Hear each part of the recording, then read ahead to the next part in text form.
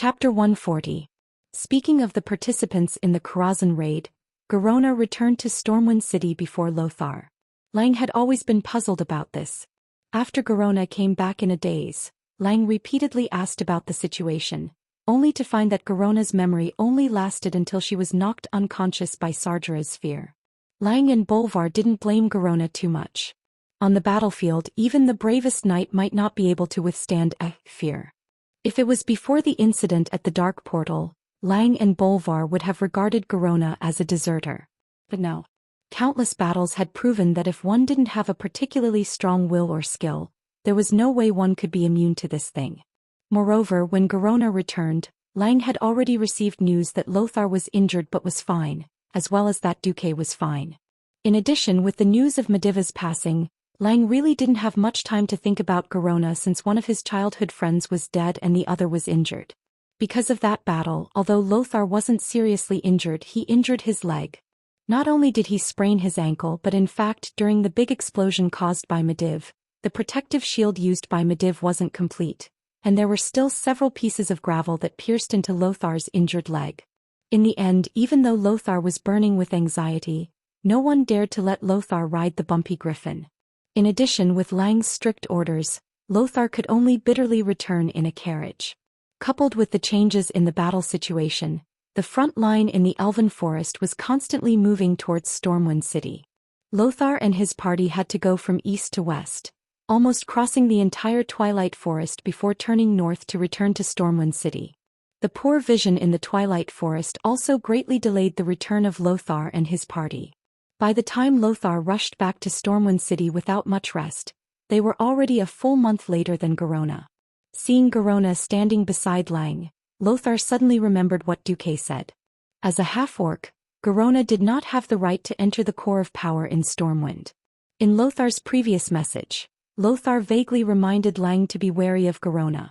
He also secretly sent a message to his men to keep an eye on Garona. Garona was too harmless, but Garona's information was too important. When it came to the tribe, humans were completely clueless. Many military matters were related to her.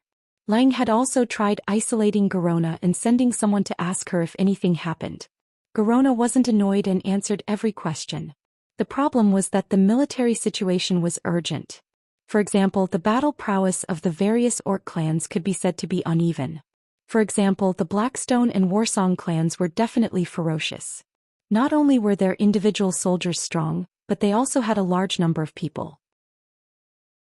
When the Beastmen invaded, they would often send out troops in units of clans.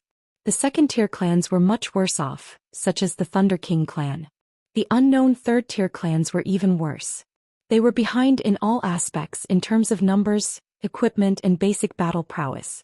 The difference in battle prowess might be a first-tier clan warrior fighting 10 human soldiers, but when it came to the third tier it would be 1 to 3.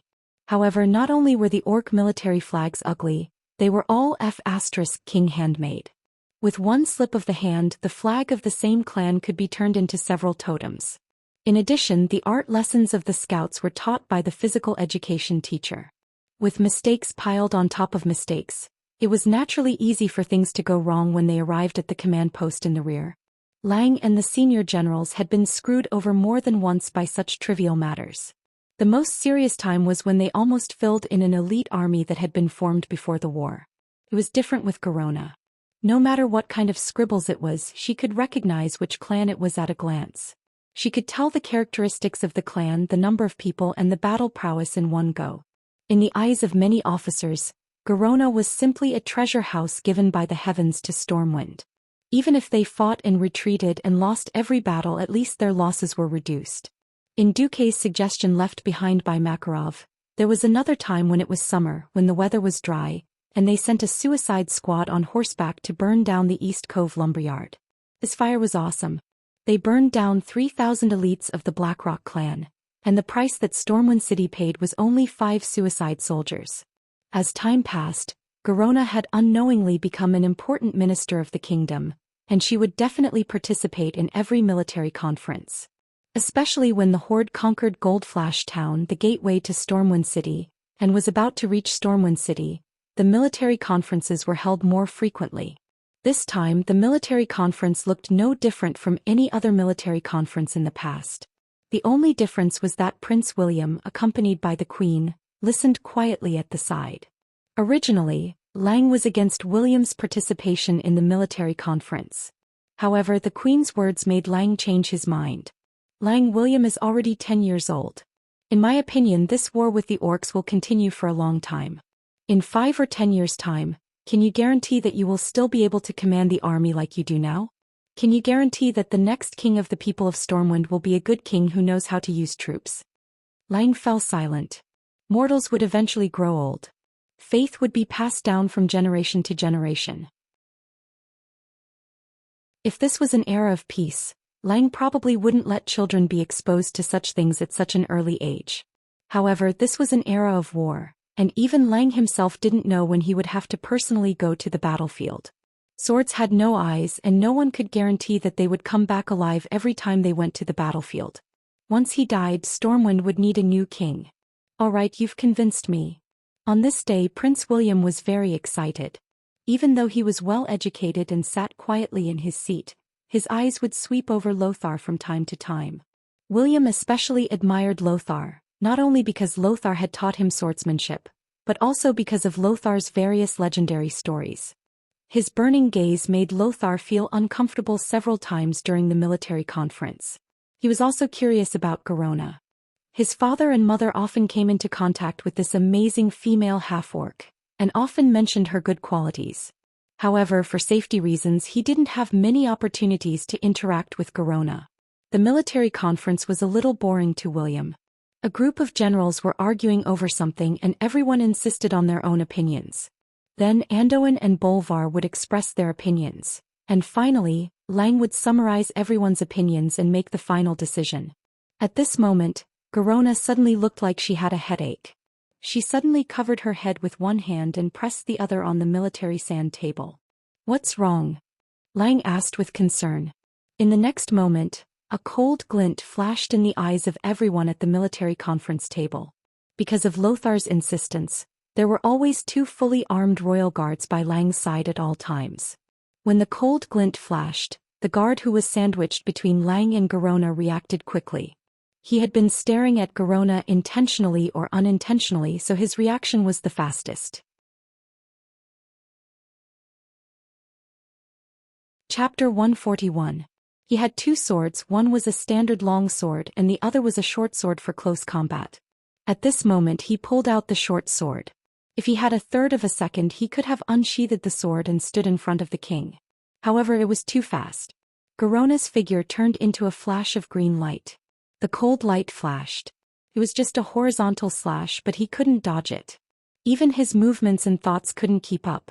An amazing killing skill. Speed, angle, strength. They were all marvelous to the extreme. Chi. A red arrow of blood spurted out from the guard's throat. One had to know that the Imperial Guards were fully armed. The full helmet was only in the shape of a T. The horizontal gap was convenient for a wide field of vision. The vertical gap was convenient for breathing. There was almost no angle between the helmet and the breastplate. In fact, there was only a gap of less than 3 millimeters. But this gap was caught. It was a one-hit kill. There was no luck. No one reacted. Garona flashed past the guard and appeared in front of Lang. Ryan couldn't help but be stunned. To be honest, Lang was not weak. In fact, the moment he saw the cold light he had already reacted. But the moment he saw Garona's face he was stunned. What kind of a face was that? In Clayton's imagination, this kind of assassination where the dagger was revealed, the assassin should be fierce and vicious. It was either filled with unparalleled hatred or it was filled with a coldness that viewed life as worthless, or it was... Lang thought of many possibilities. In fact, after Lothar vaguely reminded him, he more or less kept an eye on Garona. However, Ryan had never thought that Garona would have such an expression on her face. With helplessness and despair, with love for humans and even with love for Lang. Oh, it was a more direct love.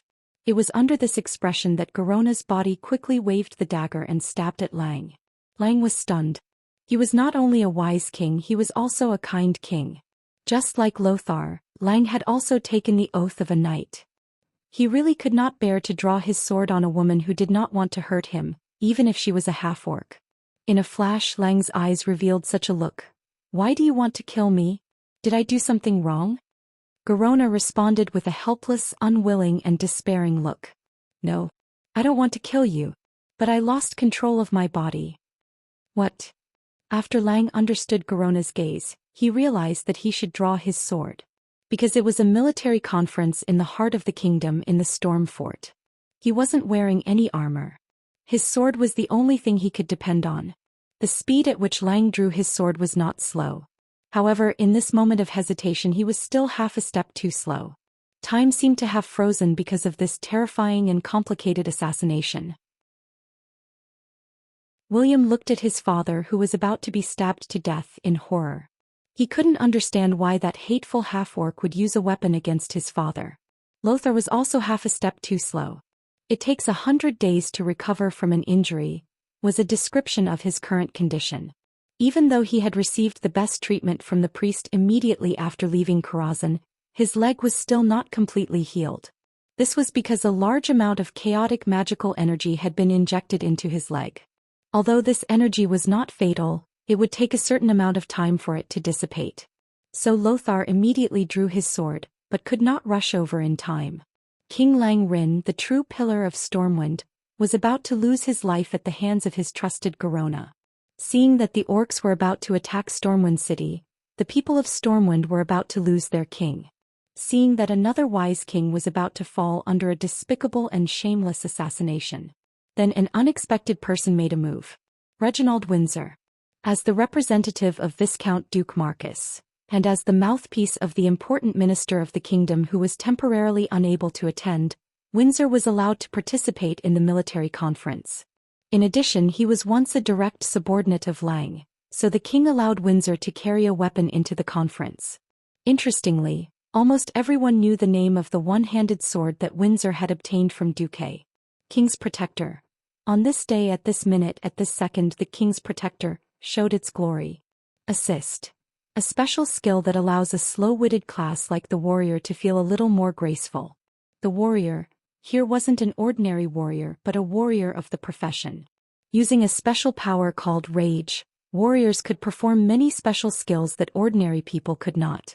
For example, this assist could allow a warrior to cross a certain distance and go forward to block the next attack for his chosen teammate. While everyone's eyes were attracted by Garona, no one noticed Windsor's move. The speed was as fast as an afterimage.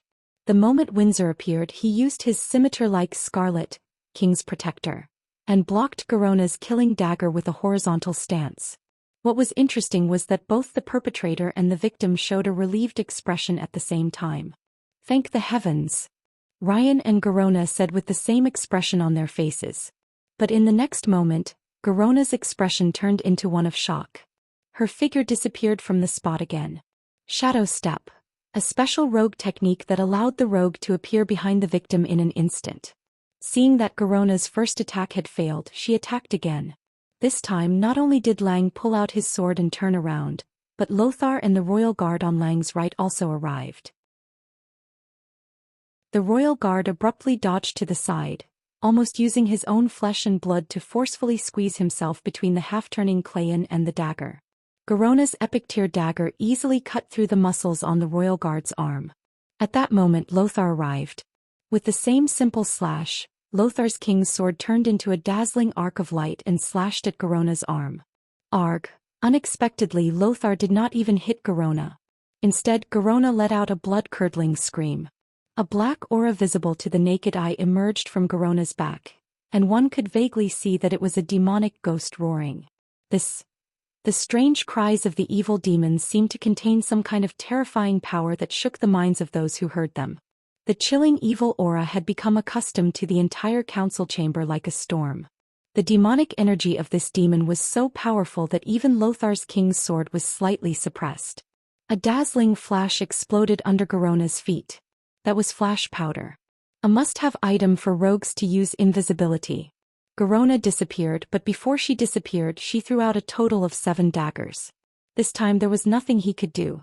Because the royal guard had charged too hard, he had already fallen. At this moment Lang was completely defenseless. Lang did his best, but he only managed to knock down 2 daggers. The remaining 5 were all stuck in Lang's chest. Arg! Lang let out a blood-curdling scream. Garona disappeared and everyone quickly surrounded her.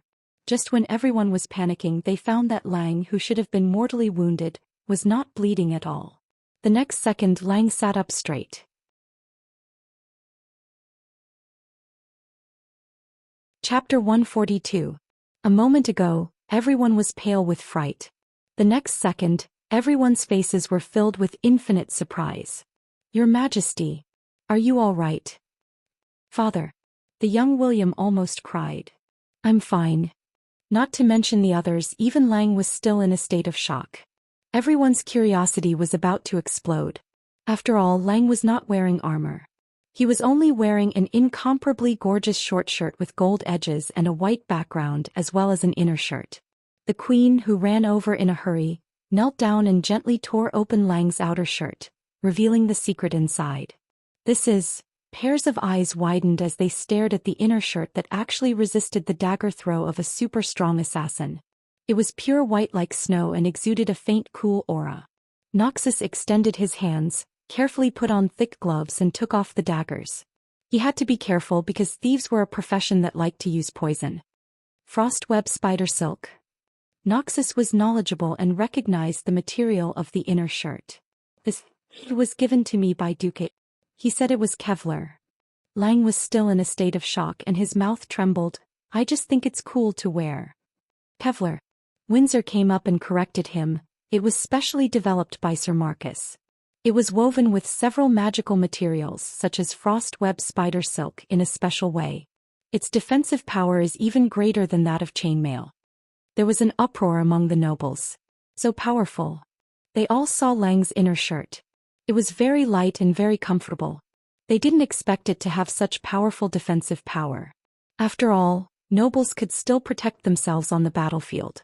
Usually it was a heavy iron armor on the outside, a chainmail made of interlocking iron rings in the middle, and a leather armor on the inside. Such a way of wearing it would definitely have great defensive power. However, it was midsummer and it was very hot. Often, after riding a horse around in the sun, one would feel as if he had been fished out of the water.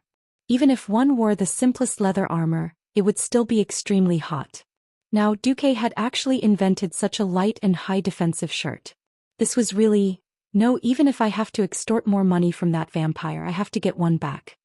This was the thought in every noble's mind. Lang heaved a long sigh. He looked at Windsor with a typical look of a survivor. Is it Duque's order again? Your Majesty is wise. Windsor sheathed his sword and lowered his head. If it wasn't for Duque's order, there was no way to explain Windsor's quick reaction. Windsor's reaction speed was even faster than Lothar's, who was vigilant day and night. With so many people around, Lang stood up and announced in a clear voice, I hereby announce that Duke Marcus is promoted to Count for his meritorious service in rescuing the Emperor. And Reginald Windsor was made a knight. As soon as he said this, everyone cheered His Majesty's wisdom. Why was Duque only promoted to Viscount after killing the demonized Mediv? Wasn't it because a bunch of nobles were obstructing him? He gave a lot of reasons, saying that young people were spoiled and said that Duke's background was unknown. Now, even though Duque wasn't around, Duque's products and Duque's men still came to the rescue. There was no reason to refute, so they could only pinch their noses and accept it. Who asked you to not have the ability to rescue the Emperor at the first instance? Since ancient times, this kind of meritorious service was the fastest way to get promoted. Moreover, now that the Orc army was at the city gates, they needed Lang's leadership and rallying power even more. No one would make things difficult for them at this time. Looking at everyone praising Duke, the young William's eyes lit up like a starry-eyed groupie. Unknowingly, this Duke Marcus, who wasn't much older than him, had already become another idol in William's heart. Today, be it the Orc's capriciousness or Duque's strategizing and ability to control the situation from 1,000 miles away, they both left a very deep impression on William. William couldn't compare Uncle Anduin, whom he admired the most, to Duke. That was because the two of them were completely different types of heroes. Anduin was valiant and full of manliness. He was brave, decisive, and determined. He would never lose confidence and courage at any time, inspiring everyone around him. On the other hand, Duque was wise and resourceful. He was proficient in business, invention, and battle strategies. He was full of mysterious aura and powerful magic. He didn't lose his courage either. Previously, someone had said that Anduin Lothar and Duke Marcus were like two walls in a stormwind. William didn't believe it at first, but from today onwards he made a small decision. At this moment, what was Duque, who had unknowingly been pushed to the peak of the storm, doing? Unfortunately, he was bickering. What the hell? Why are you so stupid? Oh my god, how did you become an earth mage? Even a Dalajan apprentice who isn't even 10 years old has learned this basic magic knowledge. How can you not know? Yes. I'm a rogue mage from an unorthodox background. Teacher Khadgar, please teach me well. Bright light gathered from all directions. Strands and strands of light intertwined to form a blue semi-illusory human figure. Arcane energy gushed out from the magic circle beside Duke, and in an instant, the entire human figure was filled to the brim. This person, who was still a little translucent, used his right hand to remove his hood, revealing a rather young face. He was the former secret agent of the Tirisful Council, the apprentice of Medivh and Khadgar, who would have become one of the strongest magic gods in the future if he hadn't died. Just as Medivh had said before his death, Khadgar was indeed a good helper. The first and simplest thing was that when the entirety of Karazhan was pulled into the void by Medivh's spell, the first thing Duque discovered was that he actually had no food. If the great hero who had killed Sargeras and inherited the legacy of the greatest mage in the world, Medivh, Duque, starved to death in Karazhan, it would definitely be the biggest joke in all of Azeroth. The empty, lonely, and cold Duque almost drove himself crazy. Fortunately, he remembered that he still had Khadgar. Thus, after paying 5 soul power through the system elf, Khadgar came back to life, in a ghostly state similar to Aaron's shadow. Khadgar still had his own reason and could still cast spells. Unfortunately, all of his soul power had to be supplied by Duque. If Lord Duque was unhappy, it would only be a matter of minutes before he extinguished Khadgar's soul. Of course, Duque would not allow a talent like Khadgar to just disappear like that. Thus, after some inhumane bargaining, Khadgar became Duque's butler in Karazhan, a teacher in the field of magic, a hired thug and cannon fodder. To outsiders, Khadgar had to call Duque master. Internally, he still had to call Duque master. Alright, to a certain extent, Khadgar was no different from a slave beast.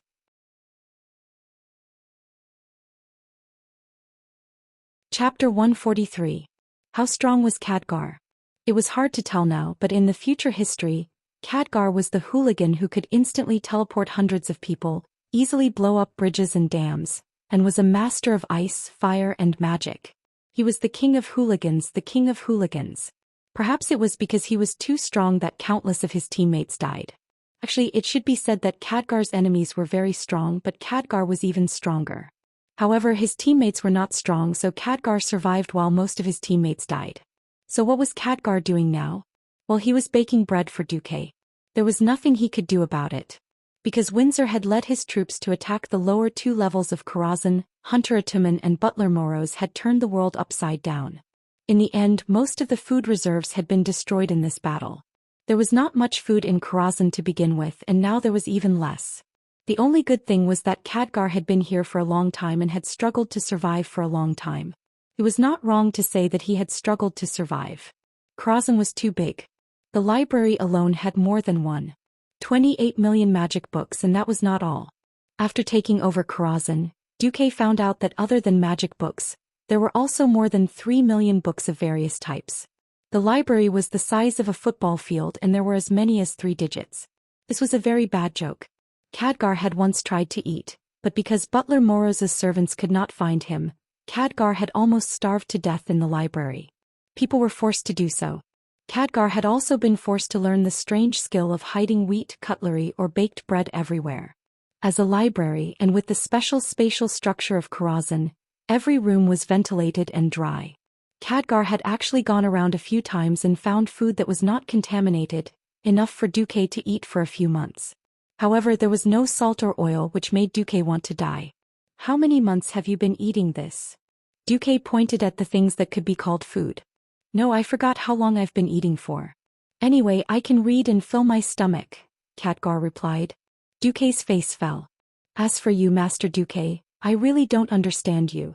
Why are you so relaxed in areas that mortals can't do, but often get stuck on small mistakes that even a mage apprentice wouldn't make? Khadgar found an oven to bake bread while watching Duque fiddle with the giant golem. That's right, why do you have to call this golem the curator? This is love. Feelings. Young man, understand? What kind of library has such a fierce librarian? Khadgar muttered softly. There were far too many things that Khadgar could not understand. First of all, he didn't understand how Duque was able to take over the curator's control right under the Mediva's nose. To him, it was unthinkable to snatch a specially made golem from the hands of a more powerful mage. However, Duque could not explain to Khadgar that he was a transmigrator. How do you explain the principle of automatic control? How do you explain the gate of no and no? This was not something that could be understood with a simple explanation. Just like how Duque did not understand the basic theory of Azeroth, Duque could not explain to Khadgar this professional theory that was based on modern mathematics, electronics, and a series of other sciences. Not to mention Khadgar, anyone who was not in this line of work before transmigrating would not even have heard of these terms. Thus, in Duque's eyes, the anti-control seal that Mediv had placed on the curator was a joke. At that time, when he was in his soul form, he did not need to care about the highest control system. He only needed to modify a few feedback and basic control circuits to bypass Mediv and directly control the curator. This allowed the curator to attack at a critical moment. Similarly, in Khadgar's eyes, Karazhan's incomparably complex magic net system was just something that needed some time to be straightened out in Duque's hands. In the original history, because Karazhan had lost the will of its master, Mediv, it had sunk deep into darkness. The Karazhan Tower had sealed itself and cut off all contact with the outside world. Now Duque had sorted out the countless unknown magic net energy lines that had gathered here step by step. As long as Duque wanted to, it was only a matter of time before Karazhan saw the light of day again. Duque also knew that the battle outside was going on fiercely, and he wanted to go out and help as soon as possible. However, if Karazhan was not sorted out, if the Burning Legion set up a portal here or something, it would be a big problem. Thus, Duque could only dig through the books while cleaning up Karazhan. On this day, the system elf finally sent a notification. Congratulations, host. The system has stabilized the first and second levels of Karazhan based on your newly acquired spatial knowledge. You can initiate a cleanup operation on these two levels. Duque stood up. Khadgar, time to work. Work. I've already stabilized the first and second levels. It's time to clean them up. Really? Khadgar's eyes lit up. Unlike the serious and old-fashioned teleportation mage, Khadgar was smart and eager to learn. When he had books, he could be very quiet. When he wasn't studying, Khadgar was more lively. Khadgar was a little tired of the days where he could only go between the library and the workshop. He immediately put down the book in his hand and followed Duque and the huge curator. After passing through the blue portal that looked like an illusory mirror, after a short period of weightlessness, a man, a ghost, and a golem arrived at the first level of Karazhan. Your Excellency Marcus. A whisper suddenly came from the darkness. Huh. Duque was slightly surprised. In Duque's impression, the first level was Karazhan's horse shed. When the players in the game came to the horse shed, they only met ghost coachmen and ghost war horses. No one would ever call Duque that. Looking in the direction of the voice, Duque understood. It was a translucent soul. His illusory soul wore the iconic Stormwind City armor, and he held a lion head shield and a standard long sword. Obviously, he was an elite soldier under Lothar who had died in Karazhan. You are? I remember you, Michael. Yes. That's great, Your Excellency still remembers me. I'm Michael Jonathan. Michael seemed to be very happy. Yes, I feel like my master. What happened? Am I dead? Where's Mediv? Where's Sardras? Michael's questions were like a machine gun, and Duque patiently answered them one by one. I won. Then I have no regrets. It's a pity that it turned out like this. Michael's situation triggered Khadgar's sadness. The two ghosts had the same expression.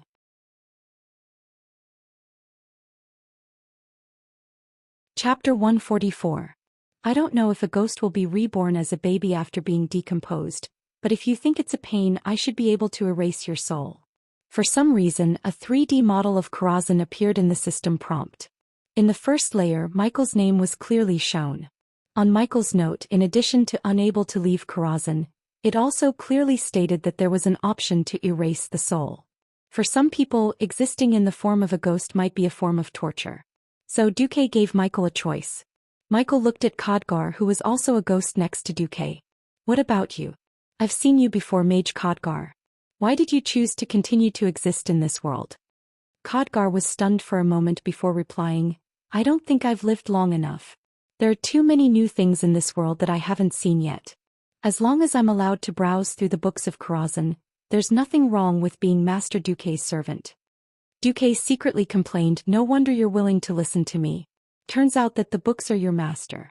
Michael thought for a moment, then turned around and bowed to Duque. How about this? If there's nothing you need me for, then I have nothing to miss since I sacrificed myself to protect Stormwind and Azeroth. Then At this moment, the system suddenly gave Duque a shrill warning. Warning. Warning. According to your newly learned space theory and other knowledge, it has been detected that a space passage will be forcibly opened in 72 hours. After calculations, it is a 92.7% match with the demon army that Sargeras summoned.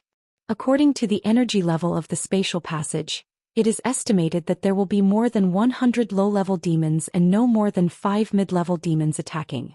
Then an unusually bright red countdown appeared on top of Duque's retina. Duque's expression changed immediately. Holiest *T. I knew there was no such thing as a direct route to becoming a mage. Medivh had built a mage tower in Karazhan for two reasons. On one hand, it was convenient for research, and on the other hand, he had been silently guarding this world as a guardian. As the price of changing history and inheriting Karazhan, Duque had to take on the task of protecting Karazhan. In history, the Karazhan secluded themselves. This largely prevented monsters from coming to Azeroth through Karazhan and harming the people there. That saying was true. With great power comes great responsibility. Duque's right hand was infused with arcane energy. He gently placed his hand on Michael's shoulder. He was righteously bluffing. No, he was preaching about the power of holy light. Michael, if you want to find the meaning of existence, then I have a very, very important mission for you here and now. What? Michael was a little stunned. In his mind, he had just killed Sargeras, so there shouldn't be any big enemies. Duque's voice suddenly became upright, and his voice was filled with surging passion and incomparable determination. His eyes were burning, and there was even some kind of divine radiance surging on his body. Protect this place. Within 3 days, a group of demons will open a space channel and attempt to occupy Karazhan as a springboard to invade the world of Azeroth. They will harm our family, friends, and the people we love the most. Can we allow all of this? No, absolutely not. We can endure loneliness, we can endure hunger, we can endure fear, but we definitely can't endure the people we love, the world we love. At this point, Duque's voice suddenly rose an octave. Michael Jonathan, are you willing to protect the world with me, to protect all of humanity? His thunderous voice echoed throughout the first level of Karazhan. In that case, please allow me, Gala Donald, to join you. A voice suddenly sounded from the depths of the stables, and another soul wearing the armor of a Stormwind soldier appeared. Count me in. Count me in too. The souls of the elite soldiers who had sacrificed themselves in Karazhan walked out from the darkness of the first and second levels. Yes, they had sacrificed themselves for the future of the people of the kingdom. Unfortunately, because of the characteristics of Karazhan, their souls were also bound here. They could not fall into hell, could not go to heaven, could not return to earth, and could not see their loved ones. Perhaps this was a kind of torture. However, at this moment they had found a new meaning for their existence. To protect Karazhan, to protect the world. Looking at the option in the system prompt, do you want to pay 10 soul power to transform the souls of 72 elite soldiers into Einherjar? Duque decisively clicked yes. A bright silver light lit up from Duque's palm and he gently brushed it in the air. Spots of silver light scattered on the souls of these elite soldiers. They were pleasantly surprised to find that their souls, which had become dim and showed signs of dissipating, were beginning to solidify at a high speed. The long-lost sense of touch returned to their bodies. Even though their bodies still looked a little translucent, at least this was an unexpected and pleasant change. There was no heartbeat, but there was a strong pulse from every corner of their bodies. They did not need to breathe, but they could smell the long-lost fragrance from their nostrils. Sight, touch, taste, smell, feel. These things that they had once taken for granted would only feel incomparably precious when they lost them. Every soldier's face showed surprise. Then their expressions quickly became determined and they quickly lined up in 3 rows. Michael, who was in the lead, pulled out the long sword that he had worn when he was alive and said loudly, "Salute our new master, the new guardian of the world, His Excellency Duke Marcus." Swoosh, swoosh, swoosh. They pulled out their swords neatly, causing the dark stables to light up with a dazzling cold light. Bang, bang, bang. The Einherjars hit their shields with their swords, and there were bursts of high-spirited hitting sounds. The entire first level of Karazhan seemed to be trembling. No, this was not just a tremor. This was already a roar. It was not just the shouts and hits of these elite soldiers. It was as if every corner of Karazhan, every brick and every pillar was emitting a low and ancient sound. They resonated as if they were responding to the will of the Einherjars, responding to their determination to protect the world. With the same excitement, Duque looked around at these Einherjars, and a satisfied expression appeared on his face. "All right, brothers, let's go all out.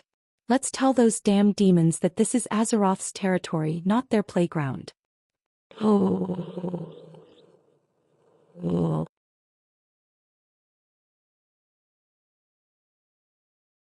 Chapter 145. Duque knew very well that he could not stay in Karazhan forever.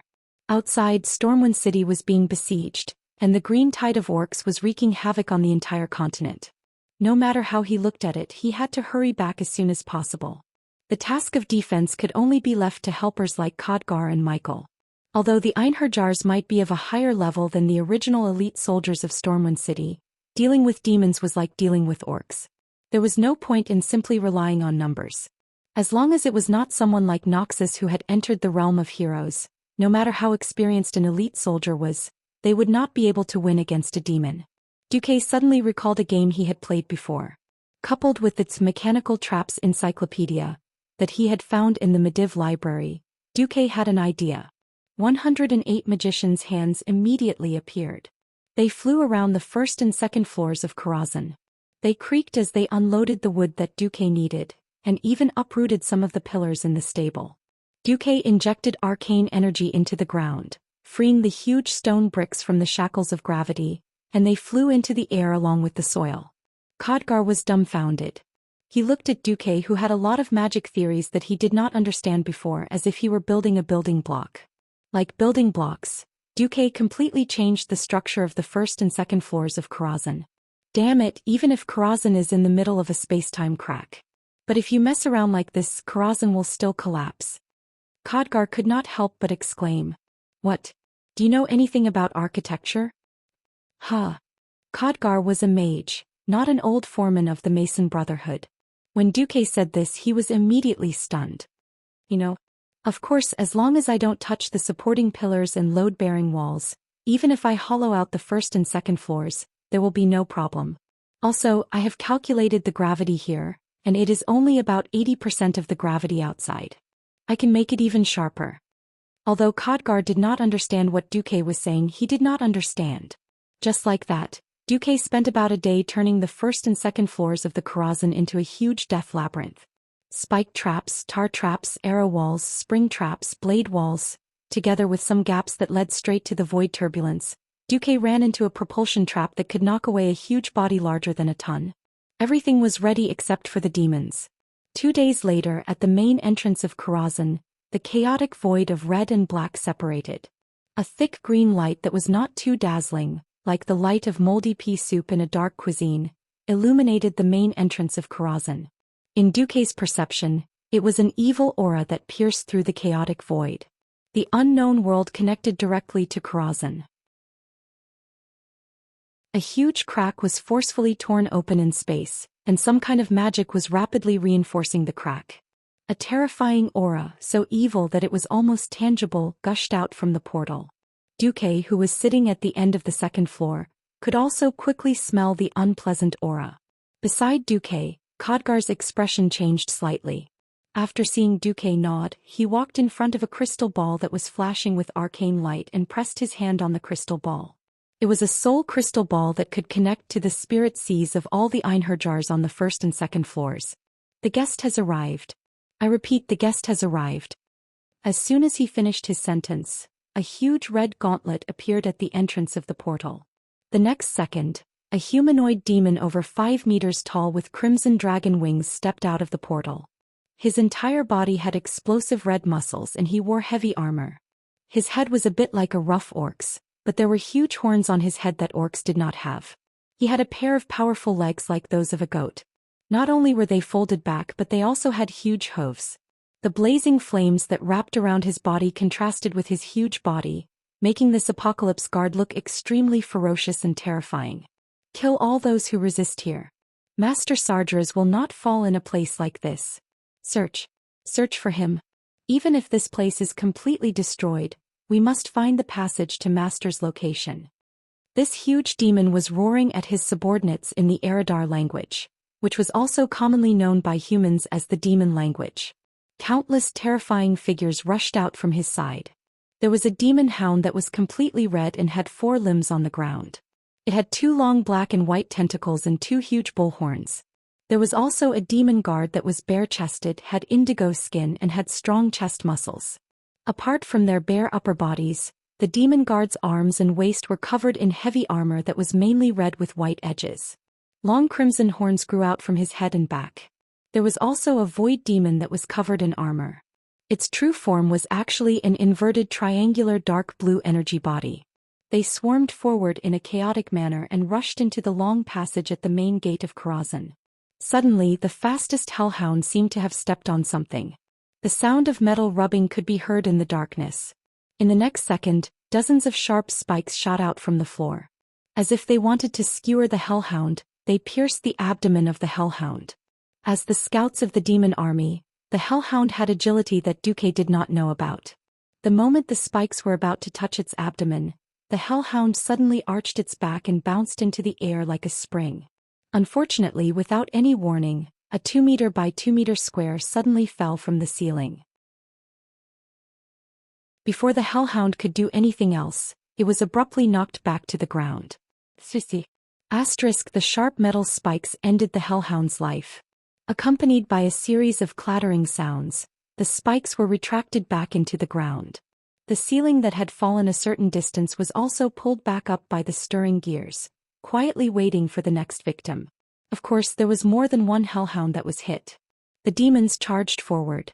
Suddenly there was a bang.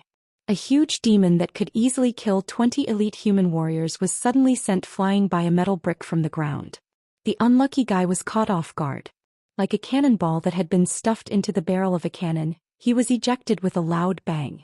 Demons were not beasts that had no intelligence and only knew how to kill. They were shocked by the strange situation. Their eyes followed the figure of the victim until the victim hit a wall and stopped. Only then did their eyes start to focus. Before they could shift their focus, 3 sets of crossed giant axes suddenly popped out from the seemingly ordinary wall. Those axes were ridiculously heavy even when carried by ogres. The axe blade, which had a diameter of more than a meter, could easily chop off a dragon's neck, let alone a demon. With a chilling glint, the demon only had time to scream before the cold gleam of the axes flashed across his body. On the wall, there were only a few deep cracks, splattered demon blood, and scattered pieces of flesh that could no longer be pieced together. What's going on?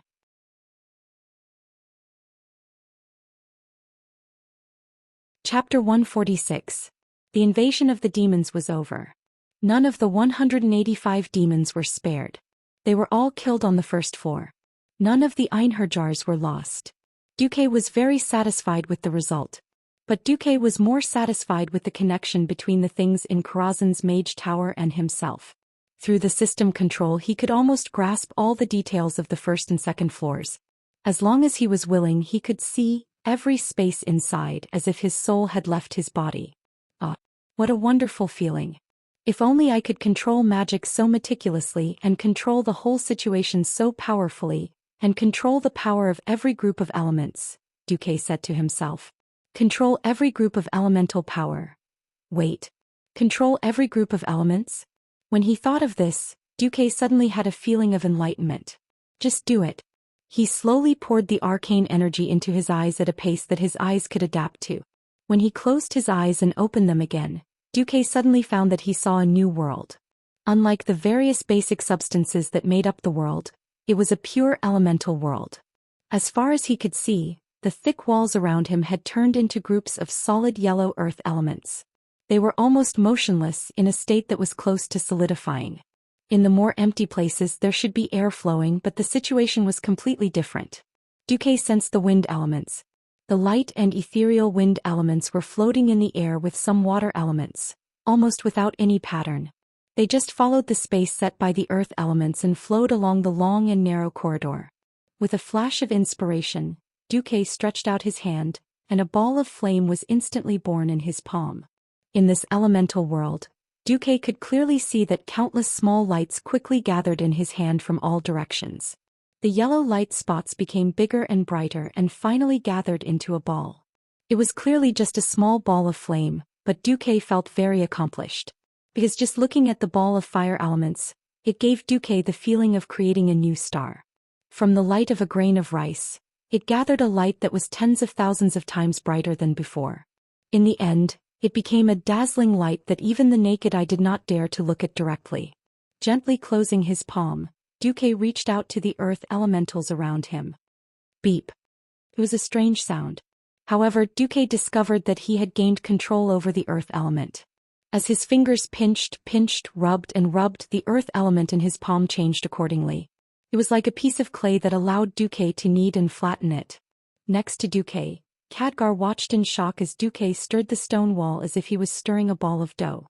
In that instant, Khadgar lost the ability to speak. From Khadgar's perspective, magic was only suitable for destruction.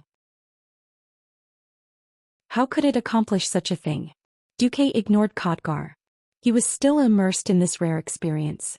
Logically speaking, by controlling the earth element in such a way, his power should have flowed out like a flood.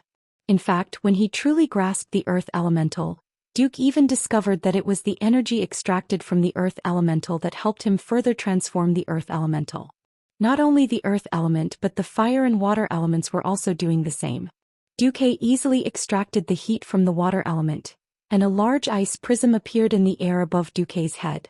When the heat combined with the fire element in the air, tens of fireballs of various sizes appeared at Duque's feet. What? Khadgar could not believe his eyes. Duque was actually using fire and ice magic at the same time. Weren't these two types of magic in conflict? Using either fire or ice to connect two opposing elemental worlds at the same time was simply courting death. Was Duque courting death? No, obviously not. In Khadgar's field of vision, Duque lightly flicked his finger, combining the ice prism and the fireball into a frostfire arrow that contained both the power of fire and ice. The frostfire arrow pierced through the first wall, leaving behind a burn mark the size of a bowl. It then pierced through the second wall, leaving behind a large hole covered in ice. Finally, it exploded at the third wall, causing half of the wall to collapse. This was not the end. The first wall had clearly been scorched by fire, but a second later, it had completely turned into ice and exploded. The second wall was the exact opposite. What exploded from the ice crack was a blazing magma-like flame. Khadgar was completely stunned. How is this possible? Duque did not reply. Instead he muttered to himself, I understand why earth mages are earth mages. It's because earth mages can only be fixed to the ground, unable to move at all. They can only passively receive power from their surroundings. But sky mages are different. Everything in the sky can be used by them, changed by them, created for them, and destroyed for them. Thus, sky mages are the rulers of the entire sky. As the word ruler was spoken, Duque felt that in his spiritual world that had been lost for a long time, in that dark and chaotic world where he could not find his way forward, a bright light seemed to flash. That light was like a spark that set a prairie ablaze, splitting into two into four, splitting endlessly. In just a moment, Duque's entire spiritual world had been lit up. And the endless flames had finally heated up the entire spiritual world. Brighter and brighter. Hotter and hotter. Then, the illusion of light in the spiritual world shattered, turning into information that Duque could understand and the system elf could accept.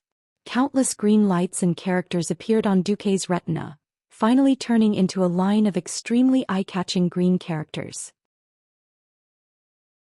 Congratulations, host. You have successfully become a sky mage.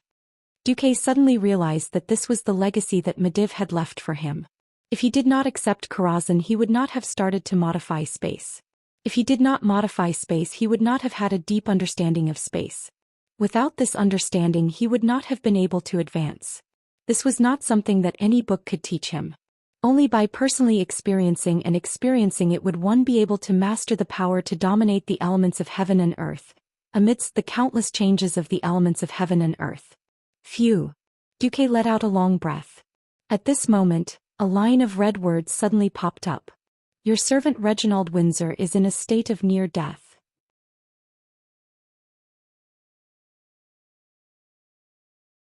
Chapter 147.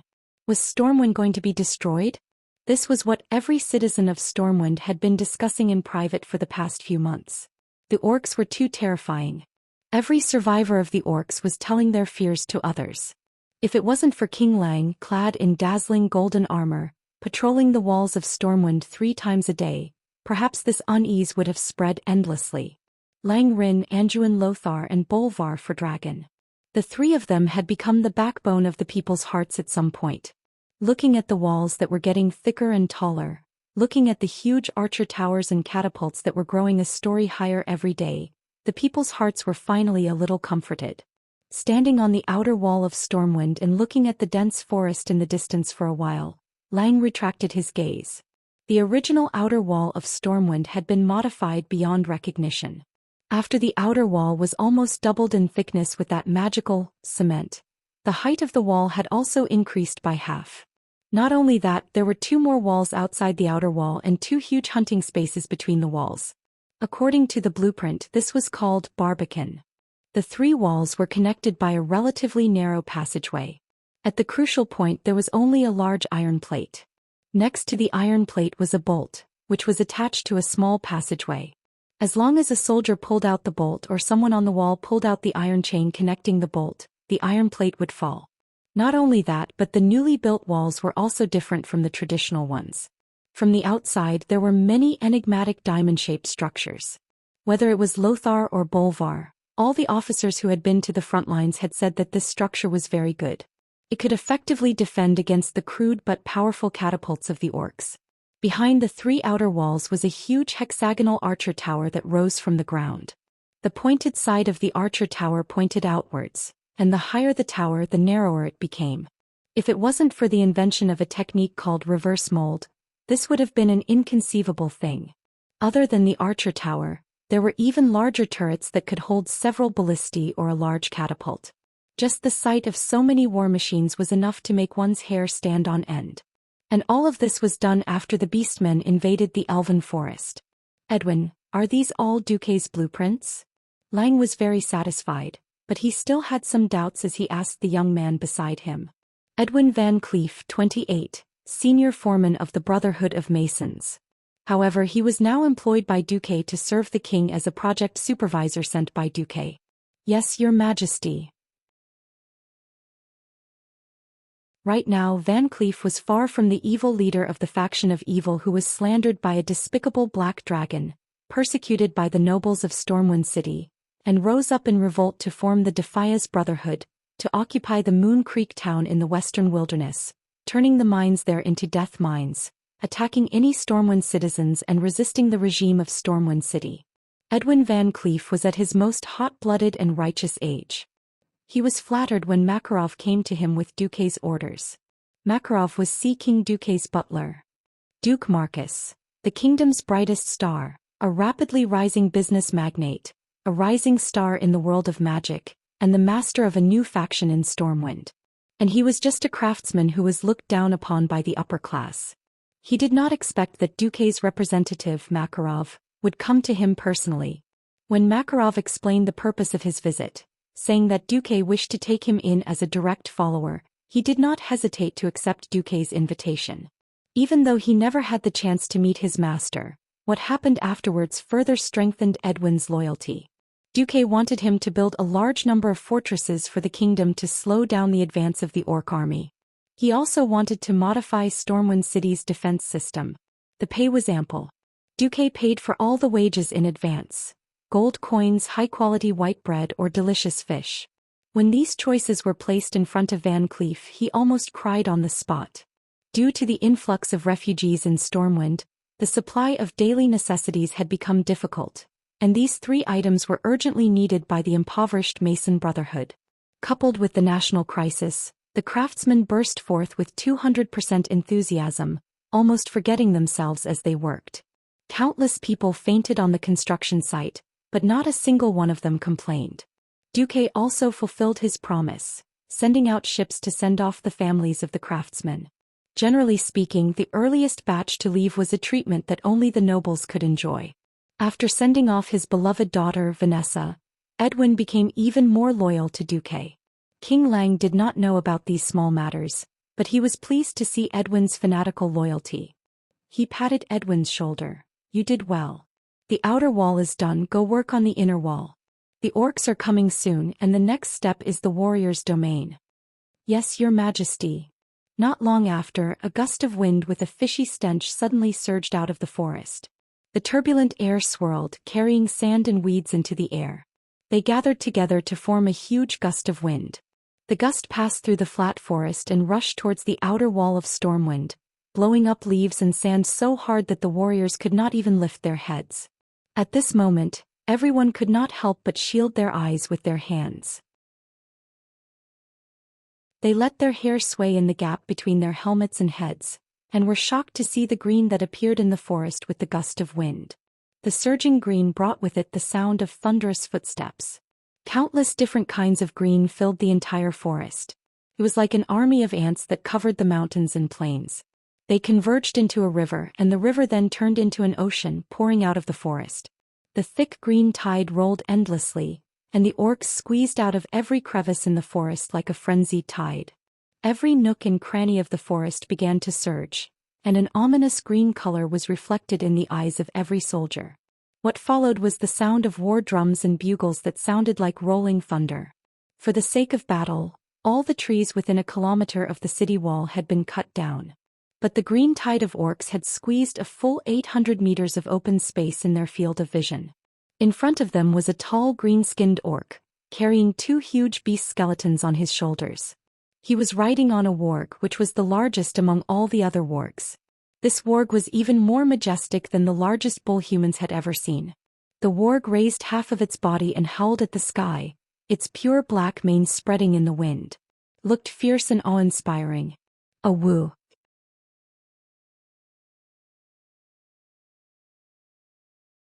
Chapter 148. Woo woo woo.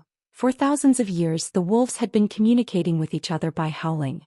The alpha wolf's loud and fierce howl was heard, and all the wolves in the tribe responded immediately. The continuous and terrifying howl of the wolves was heard. A huge wave of sound engulfed the outer walls of Stormwind City. The terrifying sound suddenly made the warriors of Stormwind City think of a terrible rumor. The cruel and bloodthirsty orcs only ate living humans, and the warriors who died on the battlefield would be given to the wolves to eat. Thinking back on the habits of the wolves in this world, it was possible. Wolves were the wildest and most ferocious animals. They would not eat their own kind, and that was only when their own kind was still alive. Once their own kind died in any way, the meat of their own kind would be no different from other kinds of meat.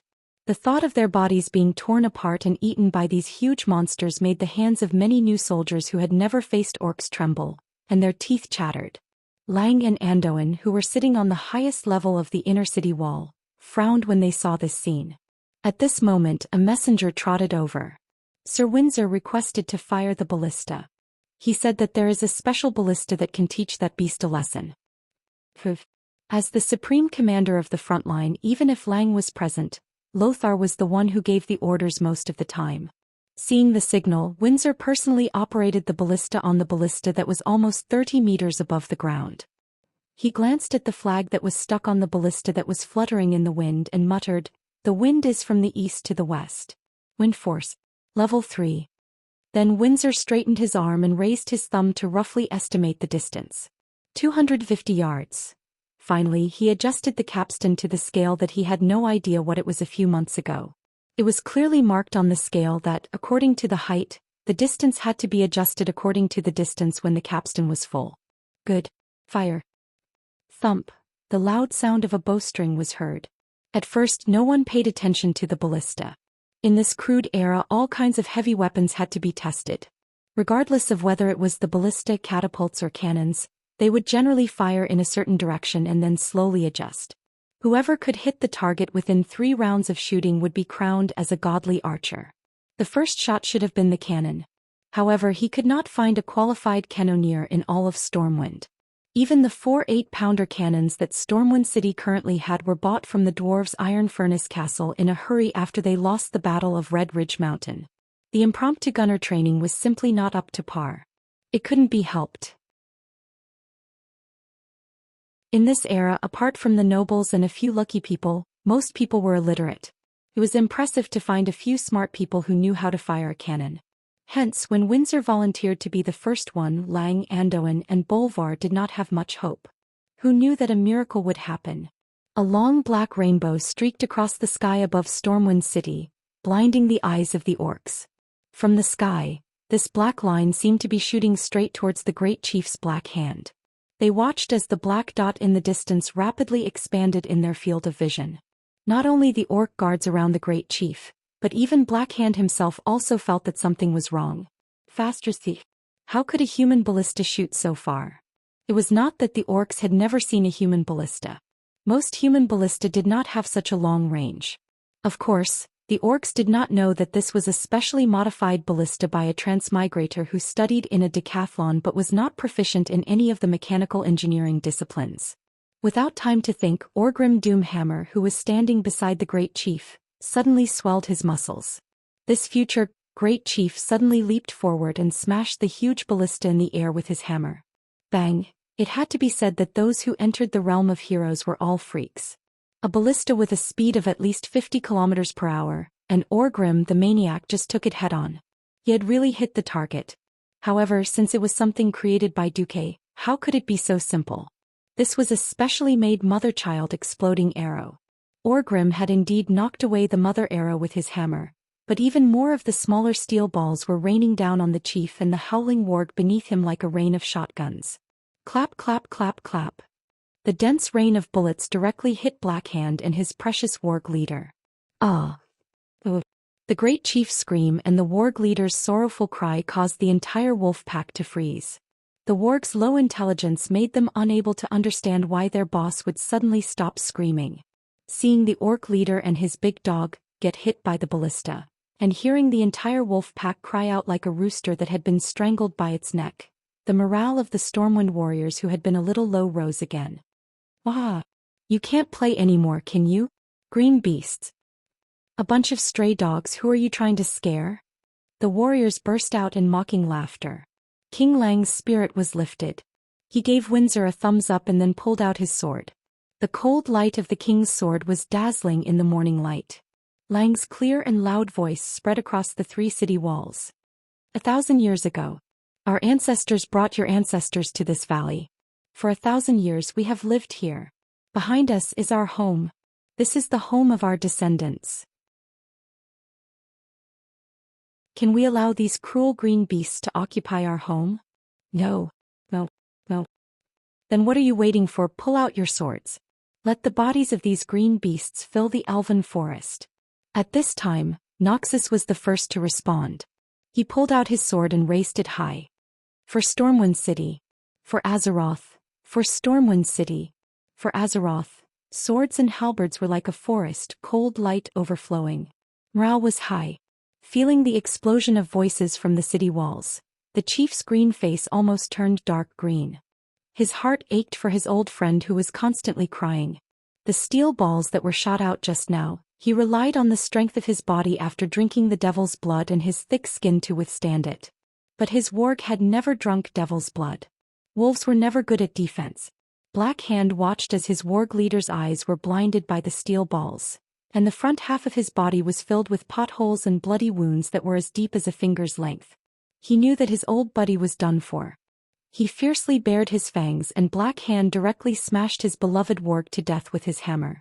With endless anger, the chief's roar spread throughout the entire tribe. Attack!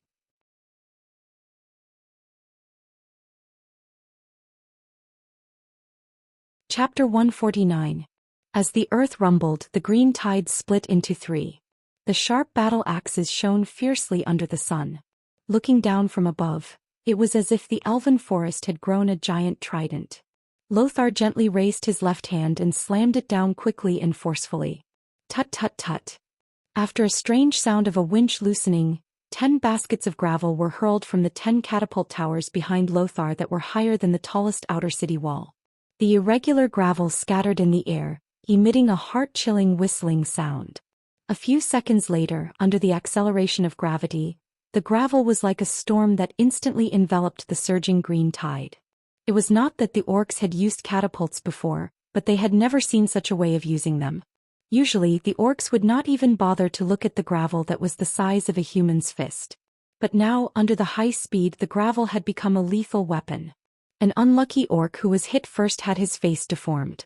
Then, the bones of his cheeks and chin were crushed by the huge impact, along with his protruding fangs.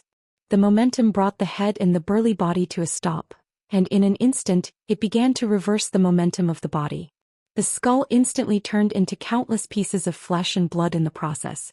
At the same time, the brain burst out and the neck bone broke at the same time.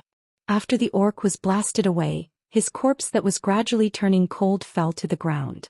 Most of the orcs who were hit either died on the spot or had their internal organs smashed to pieces. The blood they vomited was accompanied by a large amount of internal organ fragments. It was only a matter of time before they died. The great chief Black Hand and Orgrim narrowed their eyes at the fierceness of the humans' long-range firepower. This was just the beginning. As Lothar pulled out his long sword, it fell with a rustle. There was a whoosh at the same time in the gaps between the 3 layers of the city wall and the walls. Generally speaking, it was difficult to associate a buzzing sound with the dark sky. But after this buzzing sound, the entire sky darkened. Orgrim subconsciously looked up and saw a large black rain falling from the sky above the giant human city. He immediately recognized that it was a spear thrown by the despicable humans. This was the greatest blasphemy to the brave horde warriors. Many soldiers didn't die on the battlefield, but from these strange and disgusting javelins. Once hit, the spearhead or the weak part of the spear shaft would be left in the body. In hot weather, even if you use a dagger to dig out the spearhead, it is very easy for the wound to rot. Orgrim had seen with his own eyes how a few warriors were dragged to their deaths. Damn it! There's a shaman. Orgrim could only mutter to himself. The traditional shamans of the tribe had been replaced by the more sinister and sinister warlocks. There wasn't a single shaman in the entire tribal expeditionary army who could heal. What infuriated Orgrim even more was the news he received. His close friend, the chief of the Frostwolf clan, Durotan, had brought his wife, Draka, to visit him 2 days ago. A few months ago, because he suspected that Ghoul Dan had made a deal with the demons. Ghoul Dan had acted first and used the great chief's dark hand to banish Durotan and the Frostwolf clan out of the tribe. That was the distant Alterac Valley. But 2 days ago, Durotan had told him about Ghoul Dan's betrayal. Orgrim swore that Ghoul Dan would be punished for his actions, and had sent one of his guards to send Durotan and his family off. Recently, Ghoul Dan had disappeared.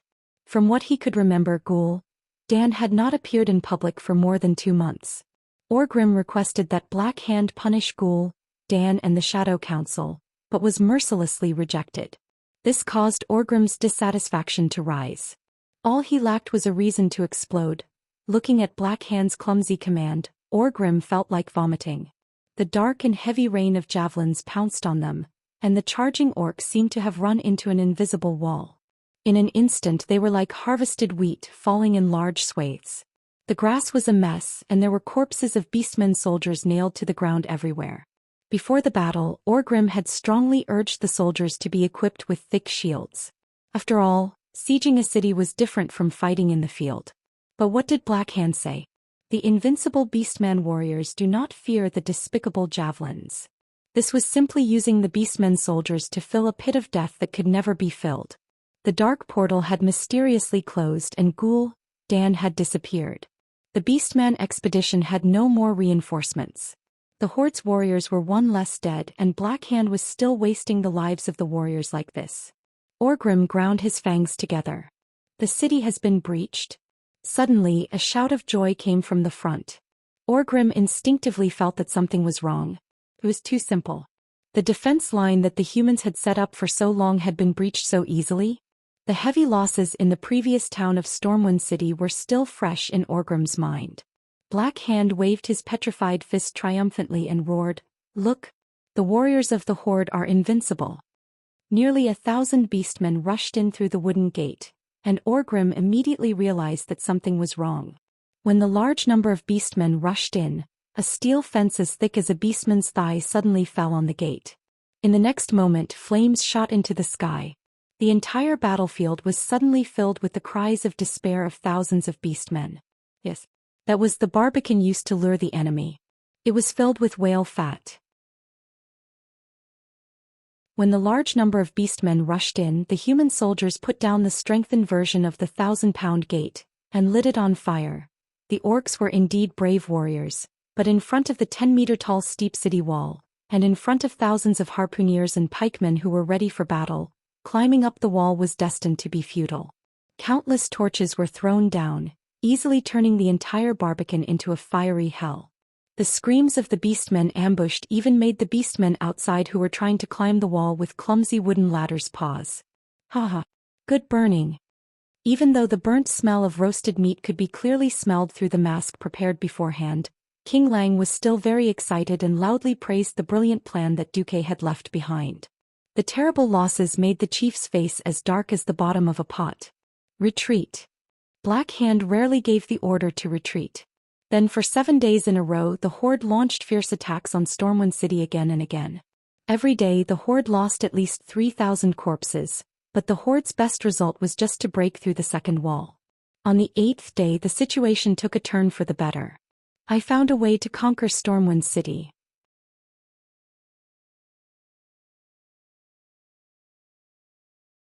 Chapter 150. The Great Chief Black Hand was in a difficult situation. It was simple. Attacking Stormwind City head-on had made the Horde suffer. Stormwind City was located in a huge valley.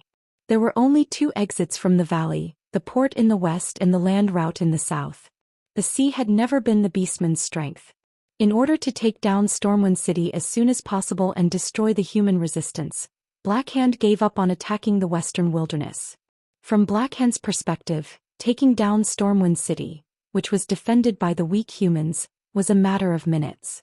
He did not expect to be stuck at the outer city walls for a week and lose more than 30,000 elite beastmen. This was only the outer city walls. According to the scouts' report, Black Hand knew that there was a huge lake behind Stormwind City's outer city walls.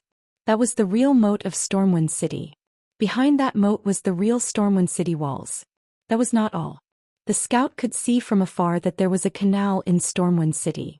The humans inside were fortifying the streets day and night. Not only that, there seemed to be a huge fortress northeast of Stormwind City. That was the center of the human capital. Black Hand was in a dilemma.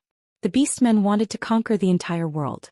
With no reinforcements, how could they fight if they lost too many soldiers here? However, the scout's report made Black Hand, who was suffering, very excited. To the humans, the huge valley was a natural barrier. To the beastmen who traversed the mountains all year round, even the steepest mountain was nothing. On the east side of Stormwind City, there was a relatively flat mountain road that could be bypassed to the side of the city walls. Even though the humans had built a tall city wall here, there was only one wall, unlike the 3 at the south gate. There was also a huge lake and inner wall. If they attacked from the east, they would be very close to the huge fortress. Orgrim led a strike force to attack that side. I will continue to attack from the front. Understood. The overjoyed great chieftain didn't notice that his once loyal adjutant was now wearing an incomparably gloomy expression. Once upon a time, Black Hand and Orgrim were like brothers. Many years ago, when the Blackrock tribe faced the threat of being exterminated by the ogres, Black Hand and his adjutant Orgrim launched a surprise attack. On the night before the battle, he helped Orgrim retrieve the legendary weapon, Doomhammer, from the lava pool. This made all the warriors in the clan excited, and they won the battle in one fell swoop. Unfortunately, in the lava pool, his fists were blackened by the chaotic forces of nature and turned into rocks. That was how Black Hand got its name. It could be said that Black Hand and Orgrim had been through life and death together. However, their relationship had been torn apart because of Gul'dan. Orgrim had just received news that the guards he sent to escort Durotan and his wife had betrayed him. That guy actually sided with the Dark Shadow Council, and together with the Dark Shadow Council's assassins, killed Durotan and his wife. Seeing Durotan's fangs sent by his subordinates, Orgrim almost fell into a frenzy. He couldn't wait to challenge the person who protected the Shadow Council to a duel, Makra, to challenge the leadership of the Horde. However, he endured it. It wasn't time yet. Not only did he want to get rid of the evil protector Blackhand, he also wanted to uproot Gul'dan's Dark Shadow Council. Fortunately, he found an opportunity. It was a coincidence that he met the weak orc female assassin, Garona, while patrolling. He and his guards caught her. The stench of Gul'dan's curse could be smelled by Orgrim even from a few tents away. Orgrim was overjoyed. He knew that as long as he continued to torture Garona, he would be able to find out where Gul'dan and the Dark Shadow Council were. What he lacked the most was time. Before that moment arrived, he had to endure it. Orgrim accepted the order. When his troops appeared on the walls of Stormwind Fortress, he only saw a small group of weak human spears. Forget about catapults and catapults, he didn't even see the javelin throwers that he hated the most. For the Horde. Orgrim roared, and the orcs that followed him rushed towards the wall. It was different from the fortified outer walls of Stormwind City. This part of the wall that was built on the cliff was more of a decoration. When it was first built, no one would have thought that there would be enemies that could climb over the mountain and cross the steep cliff to reach here. Even if there were enemies, there wouldn't be many of them. Also, the steep cliff would make it impossible to carry heavy siege tools. There weren't many trees there either, so the wall here was only about 5 meters tall. For unarmed humans, this was already a natural barrier. To be able to build this high, it could be said that the builders had seriously considered it. No one would have thought that not only would there be enemies here, but they would also be unreasonable orcs. It didn't matter if there was no ladder. The orc that rushed to the bottom of the wall squatted down, crossed his fingers, and lifted his companion's large foot up with brute force. An orc that weighed a few hundred pounds flew up the 5-meter-tall wall just like that. The elites of Stormwind City had already been brought to the main gate by Lothar. Not only Lothar but King Lang and most of his royal guards were also at the outer wall. Along with them were the remaining mages of Stormwind City. At this moment the Storm Fortress could be said to be extremely empty. There was only half a team of royal guards guarding the fortress. In addition to the miscellaneous combat power, there were less than 500 people. The city guards had already been defeated. However, these 500 people had to face a total of 3,000 elite orcs who were as ferocious as wolves and tigers. Behind them there was the queen, the young crown prince, and nearly 100 high nobles' family members. For the king, the royal guards fought back with all their might. They worked very hard. The combat skills that they had gained through strict training allowed them to not be at a disadvantage even when fighting one-on-one with the elite orcs. Unfortunately, there were too few of them. The strong orcs had countless opportunities to make mistakes. As for the relatively weak humans, if they made a mistake they would be instantly killed. Blood flowed from the main gate of the Storm Fortress all the way to the throne room. After the fierce battle, there were twisted, bloody and splattered corpses everywhere. Some were torn into countless pieces while others were decapitated. The royal guards worked very hard, but they still couldn't stop the scales of victory from tipping in favor of the orcs. In the throne room, William pulled out his short dagger and stood in front of his mother to protect her. Behind him, the noble young masters and ladies had already let out timid cries. Far away from the Storm Fortress, 4 blocks away, was King Lang, who was rushing back on horseback with the royal guards. The last barrier in front of the queen and the little prince, the heroic Sir Windsor, was knocked down by a red-skinned orc wielding a giant hammer. Despair spread uncontrollably and crazily. At this moment William Rynn saw light. It was the light of arcane magic.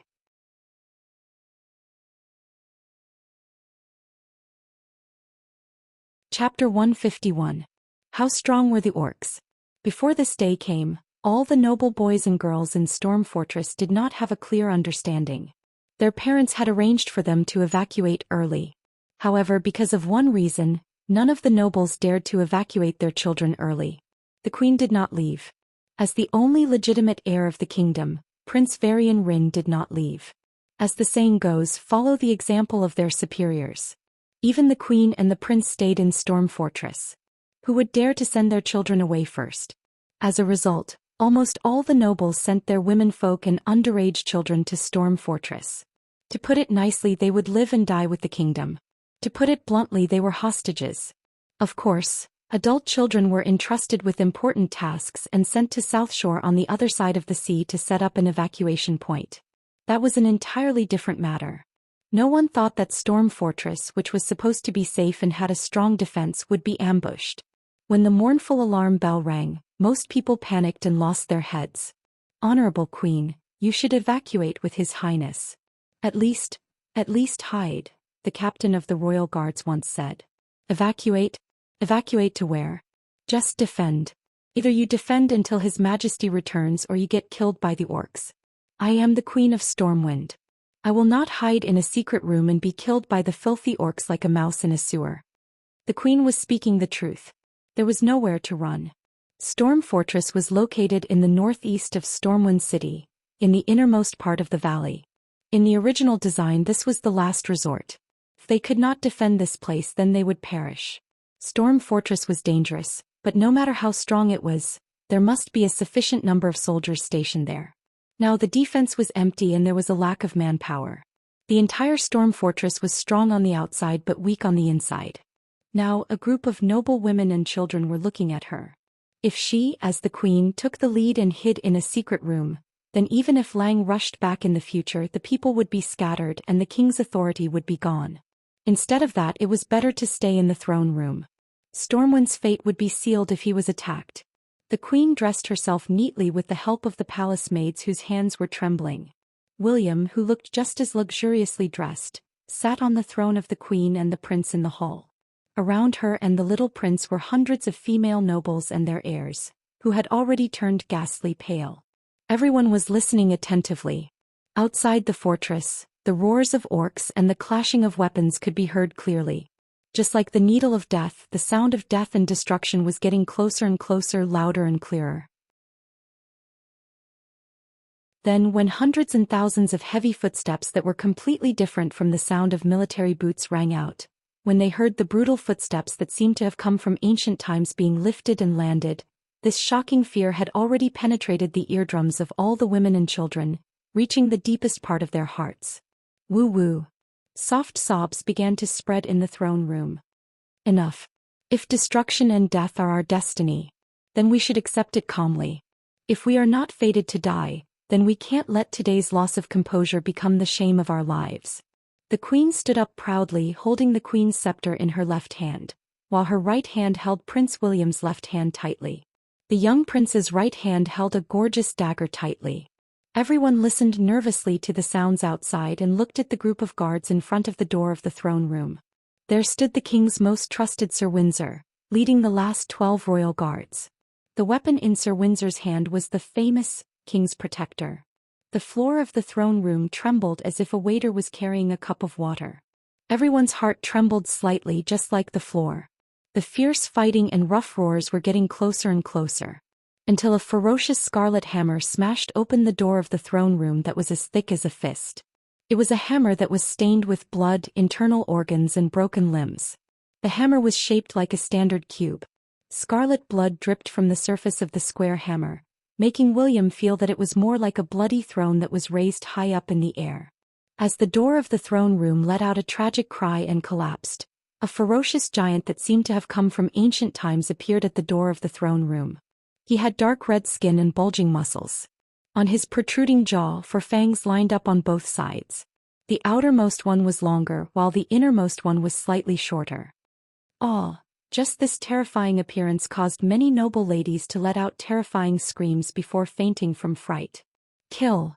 Under Windsor's command, all of the imperial guards charged forward.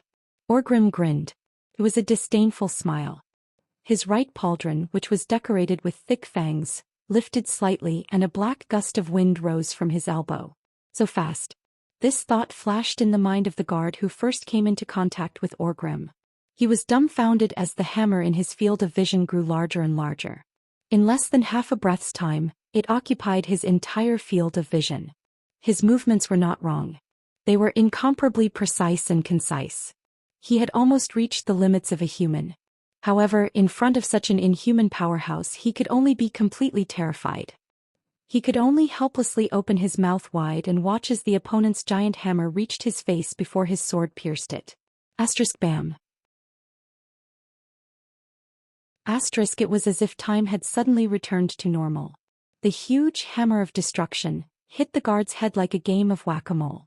With a pu sound, the unstoppable force passed through the helmet and penetrated the forbidden guard's skull. Then the terrifying force completely shattered his cervical vertebrae, causing his cervical vertebrae to completely fold into a single piece. The force did not dissipate and it continued to pass down. In the next moment the royal guard's facial features contorted.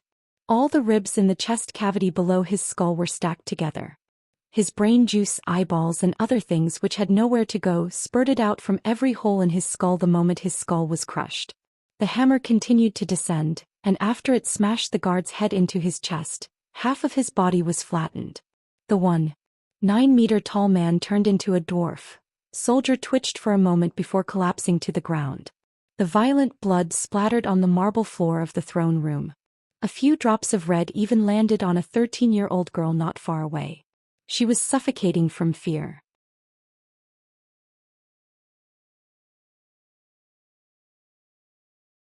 Chapter 152. Windsor was the second one to go up. After the battle with the demons, Windsor felt like he had been reborn. Especially in terms of experience against large enemies, he and the elite soldiers who came back from Karazhan had extraordinary strength that surpassed ordinary elites. He thought he could do it. Although he was surprised by the bravery of this red-skinned orc who was different from the other orcs, he still raised his shield and charged forward. The king's protector, in his right hand, emitted a piercing cold light. He had underestimated Orgrim. Windsor could not have known that he was facing the future chief of the Horde. In this period of time, the number one warrior of the Horde, and even in history, it was Orgrim who personally killed the Azeroth lion Anduin Lothar in the final battle. If he knew that this was not an opponent he could deal with, he might have used a completely different strategy. Unfortunately, there were no ifs in life. From his point of view, anyone who used heavy weapons would definitely be slow, clumsy fellows that were full of openings. So he charged forward at high speed. Windsor was wrong, very wrong. After Orgrim smashed the royal guard to death with his hammer, the muscles on his arms suddenly swelled. On his exposed skin, red veins snaked out like a dragon's beard. That was a force beyond the imagination of mortals. Orgrim's hammer of destruction bounced up on its own and swept towards Windsor like a storm. Boom. Although Windsor was holding a shield and the hammer hit the shield, the terrifying force of a giant, measured in tons, was not something a mortal could defend against. Windsor's left arm was instantly deformed and there were many fractures. The huge force even injured his lungs. After he was sent flying, he was already bleeding from his mouth and nose before he even landed on the ground. He was on the verge of death. Behind Orgrim, the ferocious orcs killed all the standing human warriors in the hall like they were chopping vegetables. Between the wooden queen and Orgrim, there was only Varian, who was trembling and holding a dagger in his hand. A tear finally rolled down the queen's beautiful face. It was pitiful and heart-wrenching.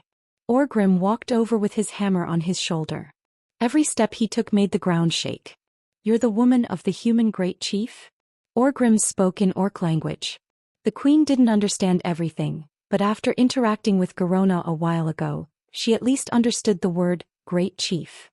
The queen puffed out her chest and said in fluent human language, "I am the queen of Stormwind. If you want my husband's life, I'm sorry, but he's on his way. But if you want to kill me and my child, you can do it now." Orgrim did not understand the human language, but he admired the courage of this human female. Not only her but also that human brat. From the initial timidity, he found his courage amidst extreme fear.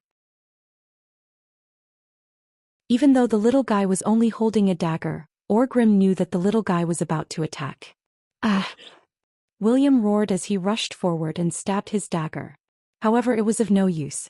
The brave Varian was flicked away by Orgrim's finger. No, there was no longer a barrier between his most respected mother and that cruel orc. He couldn't imagine how that cruel and terrifying orc would treat his mother. Either outcome was something that William didn't want to see. "Is there anyone else? Is there anyone else? Who can save my mother? Save Stormwind?" William's young but handsome face contorted in pain. Tears flowed down his face as he bawled. All he could see were women and children. They were all cowering in fear, trying to delay the arrival of death. He actually prayed to this group of people in despair? William was in despair. He almost gave up and shouted, "Uncle Andoin, aren't you the guardian of the kingdom? Brother Duque, aren't you the super mage who's going to surpass Mediv? The kingdom is in danger. My mother is in danger. Where are all of you?" Although he didn't understand, Orgrim had a mocking expression on his face. Just as he was about to say something, a magical radiance suddenly lit up in front of him. "Yo, who called me just now? Is it you? Your Royal Highness." A male voice with a hint of mockery suddenly sounded in the air and echoed in the hall. Orgrim hated magic. But at this moment he kind of wished that there was a shaman or even a warlock by his side. A bright blue radiance flashed, and a young man wearing the mage robe of the Royal Mage Legion of Stormwind suddenly appeared. He stood between the Queen, William, and Orgrim. Unexpectedly, the moment he opened his mouth, the young man actually spoke in the standard orc language. "Orgrim Doomhammer, this is not a place you should be. Get lost." The thunderous roar stunned Orgrim. The next second, the man raised his right hand high, and a spiraling flame storm immediately swept towards all the orc warriors standing near the entrance of the hall. Dragon breath? No. How could there be such a large-scale dragon breath? The roaring flame dragon almost filled the 6-meter-wide and 10-meter-tall entrance of the hall. Even William, who was behind Duque, could feel the terrifying power of the flames that could incinerate everything. Not to mention Orgrim, who was facing this heavy blow. Without any hesitation, Orgrim directly smashed his hammer on the floor. From the cracks in the marble floor, a destructive flame that was completely different from the dragon breath collided with the dragon breath. That was the power of the Doom Hammer. When the two forces collided, Orgrim actually managed to block it for a moment. But in the next moment, the young mage stretched out his left hand and made a horse stance. A huge azure arcane energy fist that was taller than a human appeared out of thin air. It passed through the flames of the dragon breath and smashed into Orgrim's body. Woo! Caught off guard, Orgrim was directly sent flying. "Go back to where you came from." The rest of the orcs were directly burned into charcoal, and the entire hall was filled with the unpleasant smell of burnt flesh. For a moment the entire throne room was silent. Who was this young mage from the Royal Mage Legion? After fighting for so long, the Royal Mage Legion was almost dead. There used to be more than 100 of them, but they were completely at a disadvantage against the orc warlocks. Only a mere 20 of them were still alive. The queen recognized every single one of them, and she clearly remembered that they were all brought to the southern outer city wall by Lang. Who is he?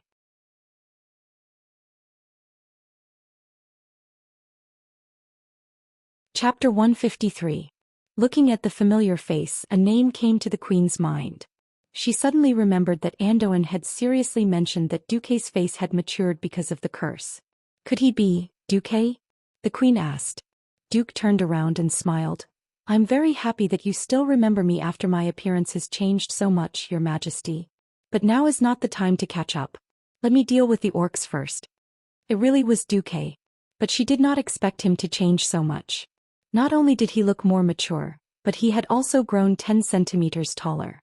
He was now 1.8 meters tall. Without giving the queen and the starry-eyed noblewomen time to think, Duque raised his right hand and snapped his fingers. Under the control of his pure mana, a strong gust of wind suddenly swept up in the large throne room, sweeping away all the smell of blood and burnt flesh. The next second, the freezing aura spread at a speed visible to the naked eye. Every corpse turned into a snow-white ice sculpture in an instant. The horrifying aura in the throne room was gone. "Master, I'm sorry, Windsor coughed blood and tried to stand up. Duque pressed Windsor down with magician's hand. He frowned and turned his head. "Is there a priest in Storm Fortress?" "Yes, my personal priest is in the side hall," a 13-year-old girl suddenly said. "Then I'll have to trouble you." With a strong enemy in front of him, Duque did not pay attention to this doll-like noblewoman. Duque came to the huge corridor and saw Orgrim, who stood up without a care. "Human, how do you know our language?" Orgrim asked in orc language. "Garona taught me." "Garona? That traitor?" Orgrim bared his teeth, his face full of disdain. Just ask her about the Shadow Council. Don't make things difficult for her, Duque warned. You have no right to order me around. Orgrim roared angrily. Duque didn't mind. Orcs are all blockheads that don't learn their lesson if they don't get beaten. Alright, come on. The second round. Duque crooked his finger at Orgrim. Ha! Orgrim suddenly sped up. Orgrim firmly believed that he was caught off guard earlier. This fellow in front of him was not a terrifying spellcaster at all. Beastmen often had amazing intuition. He was different from Ghoul Dan, who felt like he was being corroded to death just by standing next to him. Even though Duque had a shocking amount of mana, Orgrim instinctively felt that Duque's mana was far from Ghoul Dan's. If that's the case, I can win, Orgrim told himself. He soon found out that he was wrong. Perhaps once he got close, Duque would be a piece of cake. However, Duque's actions were completely different from his youthful appearance. Pockwave was unleashed. A ring-shaped ring of flames with a powerful impact easily repelled Orgrim's attack. However, Duque could clearly see that the flames couldn't do anything to Orgrim. The system elf reminded Duque, be careful. Orgrim has a high resistance to fire. Duque's eyelids twitched. It made sense. Orgrim was one of the top beastmen and his body was almost at the level of a saint. Back then he had jumped into a fire pit with Black Hand, swam in lava and snatched Doomhammer back. How could Orgrim's resistance to fire not be high? It was like a firefighter wearing a high-tech fireproof suit. The flames couldn't do much damage to Orgrim. Curling his lips, Duque suddenly changed his approach. He reached out with both hands and every time he raised his hand, a giant blue hand filled with arcane energy would fly towards Orgrim. Arcane spell. With this attack, Duque suddenly realized that Orgrim's resistance to arcane spells was also quite high. This gave Duque a headache. But it didn't matter. Whether it was punches, slaps or middle finger flicks, it looked like he was trying to tease Orgrim, but in reality, both sides knew that the power of those giant hands was continuously increasing. 1 meter, 2 meters, 10 meters, 50 meters, 100 meters. Orgrim didn't expect that he would be forced back by Duque again and again in the long corridor of the storm fortress. The pain didn't stop, but none of the wounds were fatal. Of course, this was only against Orgrim, who had thick skin and amazing resistance to magic. When he ran into other beastmen who didn't have high resistance to magic, Duque would just kill them with a single spell. Behind Duque, some brave ones like the little prince ran to the door of the hall to watch. They all stared blankly at Duque, who seemed to be taking a leisurely stroll out of the hall. With every few steps he cast a spell and killed those hateful beastmen who invaded the fortress with the same clean and efficient method. Unknowingly, they were mesmerized by the stalwart figure of Duque's back. Which teenager didn't worship heroes? Which girl didn't admire heroes? Once upon a time, the object of their admiration was Anduin Lothar. Now this name had silently changed to Duke Marcus. The queen quietly walked behind Prince William and placed her hands on his shoulders. Remember, William, only those who bravely stand up in times of danger are true heroes. Whether it's Duque or those warriors who fell to protect us, they are all heroes. Yes. William nodded his head heavily. Orgrim was extremely aggrieved. He roared and roared continuously, using battle techniques one after another in an attempt to get close to Duque. However, he couldn't do it at all. The long corridor made it difficult for him to attack in a single direction. He had no chance to avoid Duque's large-scale attacks at all. It was like a cat trying to catch a mouse, but the cat was being played by the mouse like a bug. As long as the terrain changed, Orgrim was confident that he could go around it and give the human who spoke the beastman language a blow. Even when Orgrim was beaten out of the storm fortress, he still didn't have such an opportunity. Duke furrowed his brows. His arcane impact had already stacked up to 8 times, but the damage done to Orgrim hadn't increased at all. Both the system notification and the feedback he received from his own magic proved this point. Orgrim had a very abnormal physique. He seemed to be able to adjust his body to create resistance to certain elements or spells. To be honest, it wasn't that Duque didn't have a chance to kill Orgrim. However, it was obvious that Duque would need a long time to exhaust Orgrim to death. To Duque, there was no beastman he couldn't kill. Firstly, Orgrim wasn't a fool. He would run away if he saw the situation wasn't looking good. Secondly, if he killed him now, it would affect Duque's plan. Hence, Duque held back like an adult beating his own child. Injuring him but not killing him was what Duque did.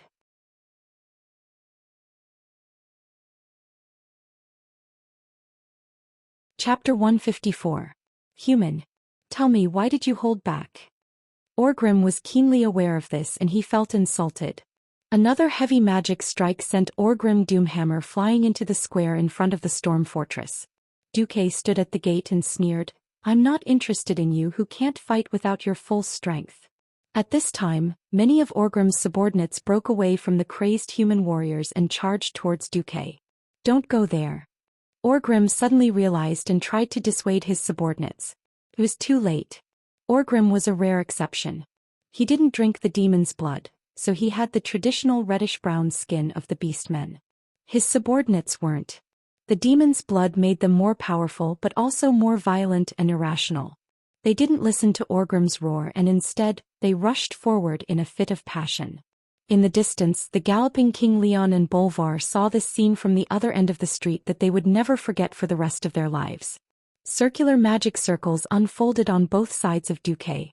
The magic circles rotated clockwise in an orderly manner, and purplish-blue lines filled with arcane energy expanded along the magic circles, quickly forming mysterious patterns. At the same time, more magicians' hands appeared around the magic circles like stars in the sky. In the eyes of outsiders, Duque suddenly spread out a pair of huge magic wings that were more than 50 meters long. With a light flap of the wings, the river in front of the storm fortress that ran through Stormwind City was immediately turned upside down by Duque's magic power. The tall waves formed a waterspout that many people wouldn't see in their entire lives. Su-su, an ear-piercing whistle sounded. The water arrows that were like a torrential downpour turned into ice javelins that were as lethal as sharp steel weapons the moment they left the tornado. They rained down on the orcs that were charging at them madly. Orgrim was stunned.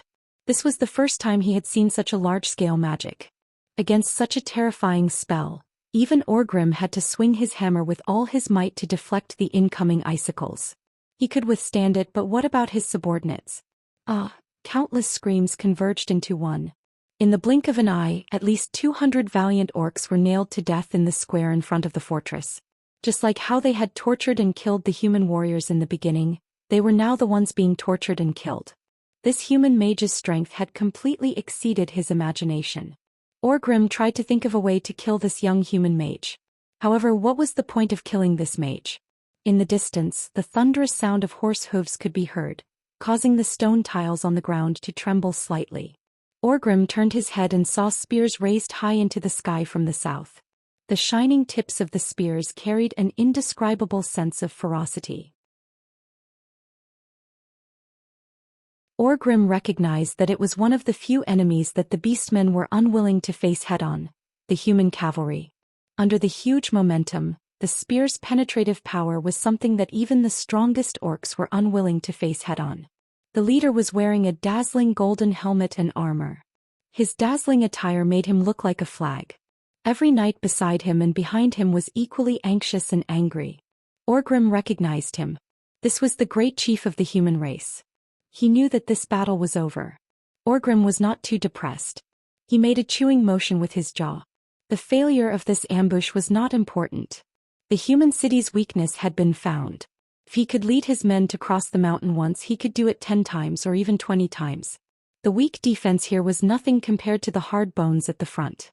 Orgrim glared at Duke, who was still standing at the entrance of the storm fortress, looking like he could hold the fort against 10,000 enemies by himself. "Human. Tell me your name." Orgrim roared with the hammer of destruction in his hand. "Duque. Duke Marcus." Duque smiled and replied in orc language. "I will remember you," Orgrim said fiercely. "Of course you have to remember me because I will become your nightmare." Duque's smile was filled with a strange mystery that Orgrim could not understand. Humph. With a strong enemy approaching, Orgrim did not have the time to bicker with Duque.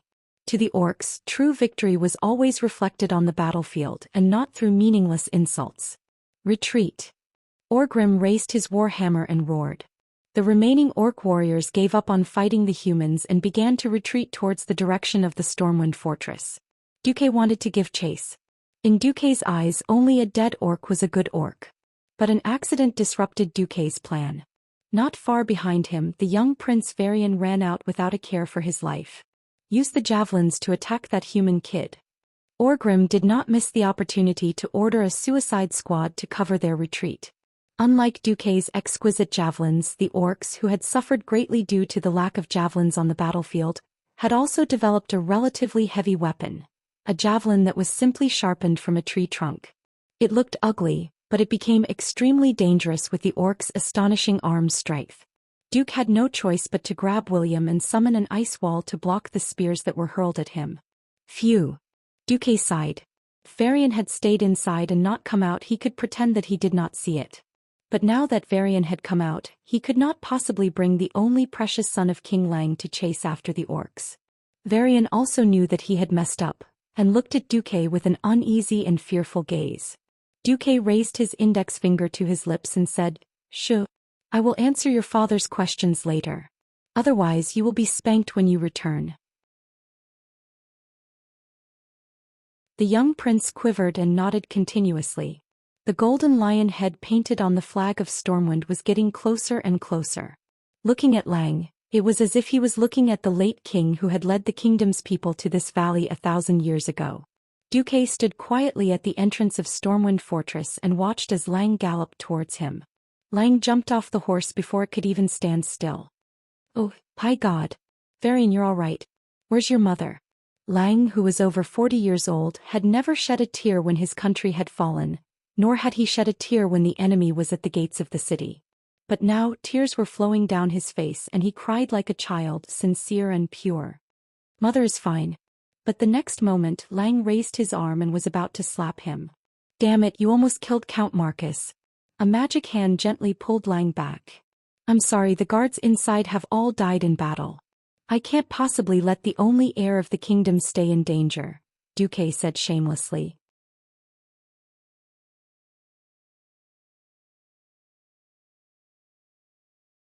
Chapter 155. A faraway world was in danger of being destroyed. A close family member was in danger of dying. Which one had the biggest impact on his heart? Of course it was the rescue of his close family member. Without experiencing the incomparably dangerous battle in Karazhan, Lang wasn't as emotionally and intellectually grateful to Duque, but it wasn't as impactful as this time. Unknowingly, Duque's youthful figure had already overlapped with the Mediv in Lang's mind. The same wisdom, the same kindness, the same reliability, and the same saving at the most crucial moment. Nianhua would grow old. How many more years would he and his good friend Noxus be able to stay strong? Duque was different. Not only was Duque talented and powerful, but he was also only 15 years old. Even though he was partially cursed by Sargeras, Duque was still 18 or 19 years old. If he could become a pillar of Stormwind, then William wouldn't have to worry about problems in the field of magic or even business for a long time. For a moment, Lang's heart was burning with eagerness. Unfortunately, there was still one more pressing matter that had to be dealt with. Where did those damned orcs come from? This made Lang's heart very painful. Not only was it because all the defenses at the south gate were useless, but it also meant that Stormwind City's fall had entered a countdown. Without the fortifications, the ratio of casualties between humans and orcs of the same level was 3-1. This was also the ratio of professional soldiers who had received long-term military training. Those farmers who were still plowing the fields a few months ago, even if they were fully armed, would at least have a ratio of 10-1 when they encountered the orcs. There were less than 70,000 soldiers left in the entire kingdom. And the orcs. The latest report said that there were at least 400,000 orcs. This was a terrifying number that wouldn't be enough even if all the people in Stormwind were to be stuffed into it. King Lang's face twitched. He turned his head and ordered, "Luther, bring some people to kill the orcs at least until they reach the city walls. Andrew, get your people to take over Stormwind Fortress and clean up the orcs in the fortress. Jamacha, get the city guards to clean up the orcs." Then Lang turned his head and said to Duque seriously, "Thank you very much, Duque. Although I would like to promote you to a duke immediately, we have more important things to do now. I really need your opinion. From today onwards, I hope you can attend every military meeting." Duque bowed slightly. "It is my honor, Your Majesty." I'll be waiting for you in the meeting hall of Storm Fortress in an hour. Ryan patted Duke's shoulder and hurried off to meet his queen. Duke knew very well that from this moment on he had truly become the core of the entire Storm Kingdom. This time, Fortress was the core of Stormwind Fortress, he said. It was because of Stormwind, not Orc. Duke clear. Stormwind, especially this time. If it wasn't for Duke, the core of Stormwind City, Stormwind Fort, would have been occupied by the elites of Orgrimwood. Then they would have worked together and Stormwind would have fallen today. Of course, all Duke did was repel the orcs' surprise attack. Next time he wouldn't be so lucky. Even so, there were corpses everywhere and houses that had been burned down everywhere. The orcs' half-an-hour invasion had caused great damage to Stormwind Fortress. It wasn't just physical damage but also mental damage. At that moment, Duke could still hear the screams of the people in the distance. Stormwind Fortress has fallen. Stormwind Fortress has fallen. However, this wasn't Duke's concern. Just as Duke was about to go check on Windsor, another group of Stormwind soldiers rushed over. They looked no different from the other soldiers of Stormwind City, but Duke noticed that the insignia on the left side of their chests was a black insignia. In the middle of the insignia was the skull of the Grim Reaper with a hood, and beside the skull were countless mage hands faintly appearing. Isn't he one of my people? Duke was stunned, but he soon realized that the leader was his head butler, Makarov. Sweeping his gaze across, Duke found many familiar faces. The mercenaries that followed him to the western wilderness were all at least captains. Master. Makarov's position was high in the eyes of outsiders, but in front of Duke he was still the small mercenary leader. He remembered clearly that all his glory came from the master in front of him, the mysterious Sea King Duke. Without Duke he would always be the useless mercenary leader. Why are you dressed like this? We're officially your private soldiers, Master Marcos. However, Stormwind City is in danger and you're not here. People like us with combat experience have been temporarily recruited by Lord Lothar. Lord Lothar promised to let you go once you return. Duque smiled. He didn't care about such a small matter, not to mention that the one ordering them around was Lothar. Windsor is heavily injured. Makarov, go get the best priest in Stormwind City in my name. The rest of you follow young Makarov to clean up the remaining orcs. Half an hour later, Makarov's life was saved after being personally healed by the Archbishop of Stormwind City. The priest's healing spells were very effective against physical injuries, and even internal injuries could be healed. Of course, the essence of healing spells was to use divine power to stimulate the human body's potential. Healing came at the cost of the human body's potential. Simply put, it was a reduction in lifespan. Without the present there would be no future. Everybody knows about this. In front of the sickbed, the pale Windsor looked at Duque with an apologetic expression. I'm sorry, Master. Am I useless? I couldn't even block a single blow from that guy. Duque laughed. Windsor was still young. He was loyal and not lacking in courage, but he was far from the hero of the future who had an iron will and was unafraid of death. If you knew that the red-skinned orc with the square mace was called Orgrim Doomhammer, and that he was the strongest warrior of the tribe, would you feel better? Really? Windsor was a little surprised, but his eyes immediately dimmed. Damn it, I'm secretly happy that I lost to the strongest. This proves that my training is still lacking. Pfft. Duque was also amused. Come on, in the entire kingdom apart from Lothar, there's really no one who can fight him fairly. Not even you, Master. Duque pondered for a moment. If there's no interference, give me at least half an hour and I have about a 50% chance of killing him. Duque added in his mind. That's on the premise that I can't revive. Out of the blue, Windsor asked, is Stormwind Kingdom destroyed? Stormwind City will fall, and Stormwind will be reborn after defeating the orcs.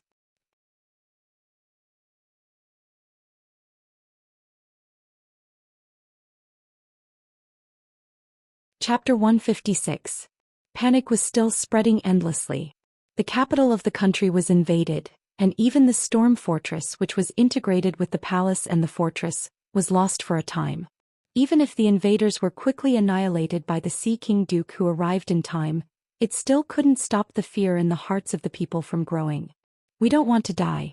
We want to live. Please let me and my child board the ship. His Majesty Lang can no longer defend Stormwind City. Does he want us to die with this useless king? Pessimism spread like a plague and it could not be suppressed. A large number of people dragged their families to the port, begging for a ticket to a safe world.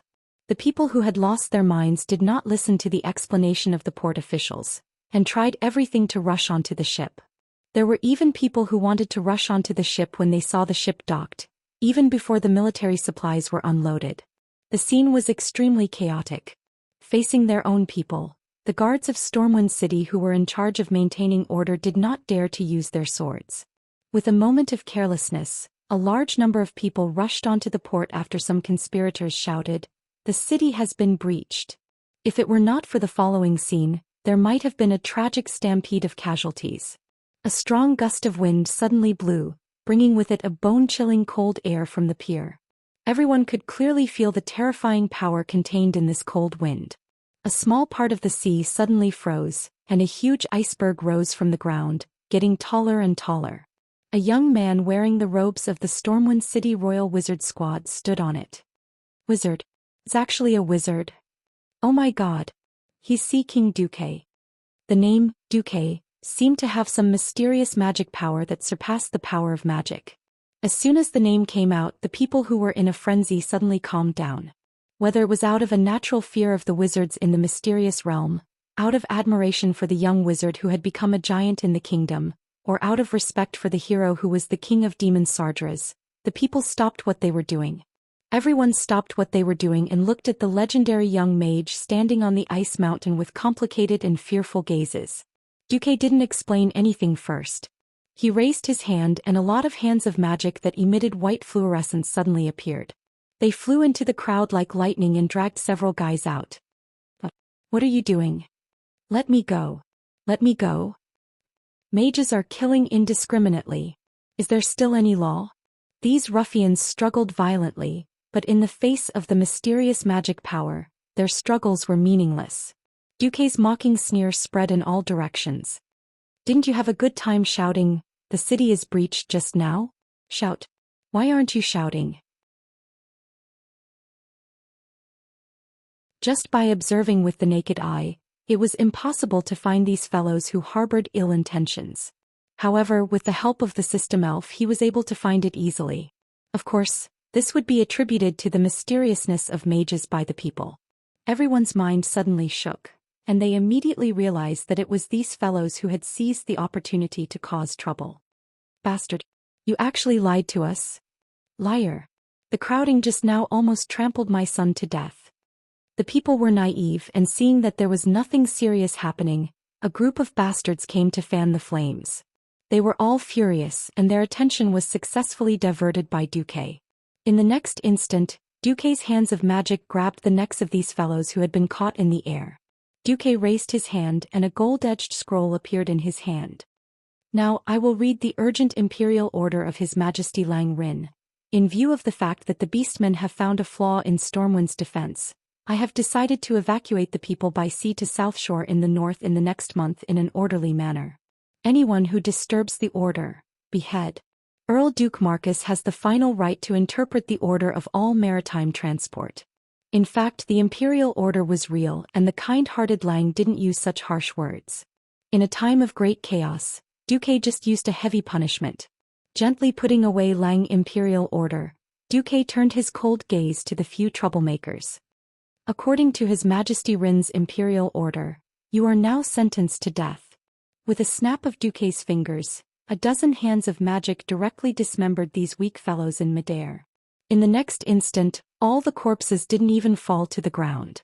They were directly frozen into a huge ice sculpture, thundering into the sea closest to the dock.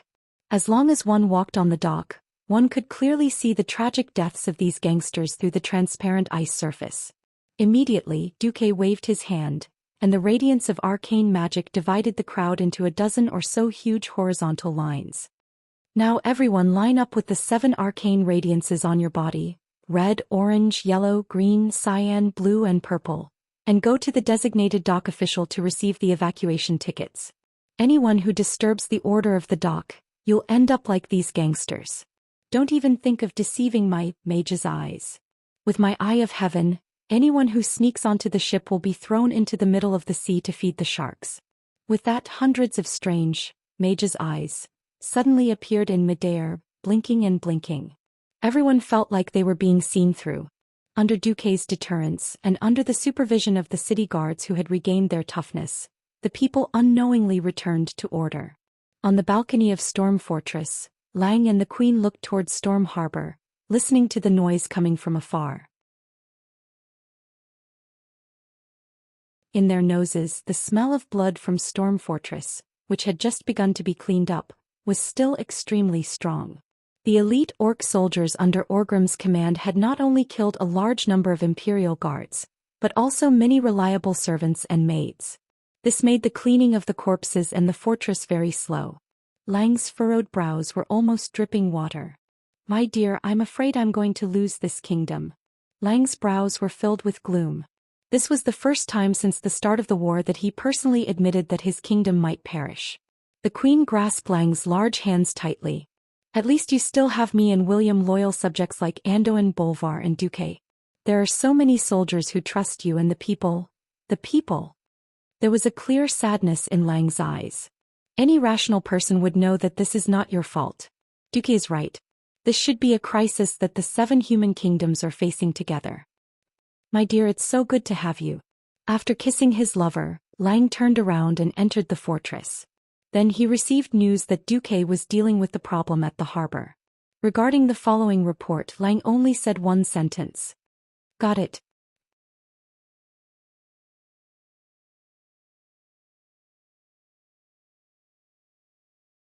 Chapter 157.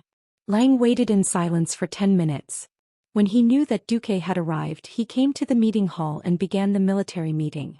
Those nobles who had been clamoring before the start of the Battle of Stormwind City, even if there were millions of orcs, they would all die under Stormwind City, were all silent. Unsurprisingly, the topic changed from how to exhaust the orcs to how to evacuate. Evacuating was not an easy task. Even though women and children had been evacuated a few months ago, it was not that they did not want to evacuate, but there were simply not enough ships. No one blamed Duque. Without Duque, the situation might have been even worse. The simplest example was the new Stormwind port, which had a stone pier that extended all the way to the sea. Compared to the previous narrow military port and the fisherman's pier, the shipping capacity was more than 10 times greater. And shipping capacity, no one knew what Duque was thinking. Almost all the ships directly under Duque's command were typical large cargo ships. They did not even need to be modified and could be used directly to carry people and goods. The spacious cabin and good ventilation made it like a can of sardines stuffed full of people, but there was still no major problem. Unfortunately, considering the distance, no matter how much the ships were overloaded, they could only transport about 5,000 people a day on average. At this moment, there were still more than 300,000 soldiers and civilians trapped in Stormwind City. It was no exaggeration to say that almost all the ships in the human world were here. Even if Stormwind Port and the shipyards of Kurtiras worked overtime to build ships, there would not be much increase in shipping capacity in a short period of time. The shortage of shipping capacity was the biggest problem in front of Lang. In history, Stormwind was also hit hard because of this reason. After Lothar's raid on Karazhan, because the orcs were advancing faster than in this world, all the roads were blocked. Lothar did not return to Stormwind City. When he rushed back, Lang had already been killed by Garona in a secret underground meeting hall under the witness of the little prince, Varian. Without a leader and with the rubbish in the port, there were not enough ships. As a result, when Stormwind City was attacked by the Horde, more than 80% of the citizens who could not escape in time were slaughtered. Lothar brought less than 20% of the citizens of Stormwind and the orphans and widows left behind by Lang to South Shore. With no soldiers, no manpower, no weapons and no supplies, Lothar was almost at the end of his rope.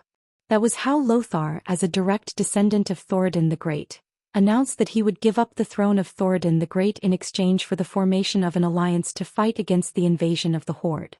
In this world, with the existence of Duque, the course of history had been greatly changed. At the very least, Lang was still alive and more than 300,000 citizens had been transported to South Shore. Regardless of whether Stormwind had lost, just like in history, It was obvious that they had managed to preserve their vitality in this life. Due to the large number of citizens and the fact that Duque had sent people there early on to prepare for large-scale construction, there were voices of dissatisfaction in both the Kingdom of Riptide Fortress and the Alterac Kingdom. They suspected that the people of Stormwind had come here and refused to leave. King Lang knew very well that Duque had reached his limit. However, evacuation was not something that could be done at will, nor was it a simple mathematical problem. 300,000 divided by 5,000, which was exactly 60 days to evacuate. Wishful thinking. Hundreds of thousands of orcs were eyeing the city covetously. Once the city was breached, all the remaining people would be instantly surrounded like dumplings, and no one would be able to escape. Only those who had evacuated in the first few days would be truly safe. The later it was, the more dangerous it would be. Now, including all the militia and city guards, there were at most 90,000 people. It sounded like a lot, but once the battle started it would only take half a day to kill all of them. Stormwind City can no longer be defended. For the continuation and future of the kingdom, we unanimously suggest that the Honorable Queen and Prince William should evacuate first. Several dukes stood up together and were the first to advise. Upon hearing this, Noxus snorted coldly. Why should the Queen and the Prince evacuate first? Isn't it just because the mother and son don't evacuate and you cowardly fellows don't dare to violate the taboo and evacuate first?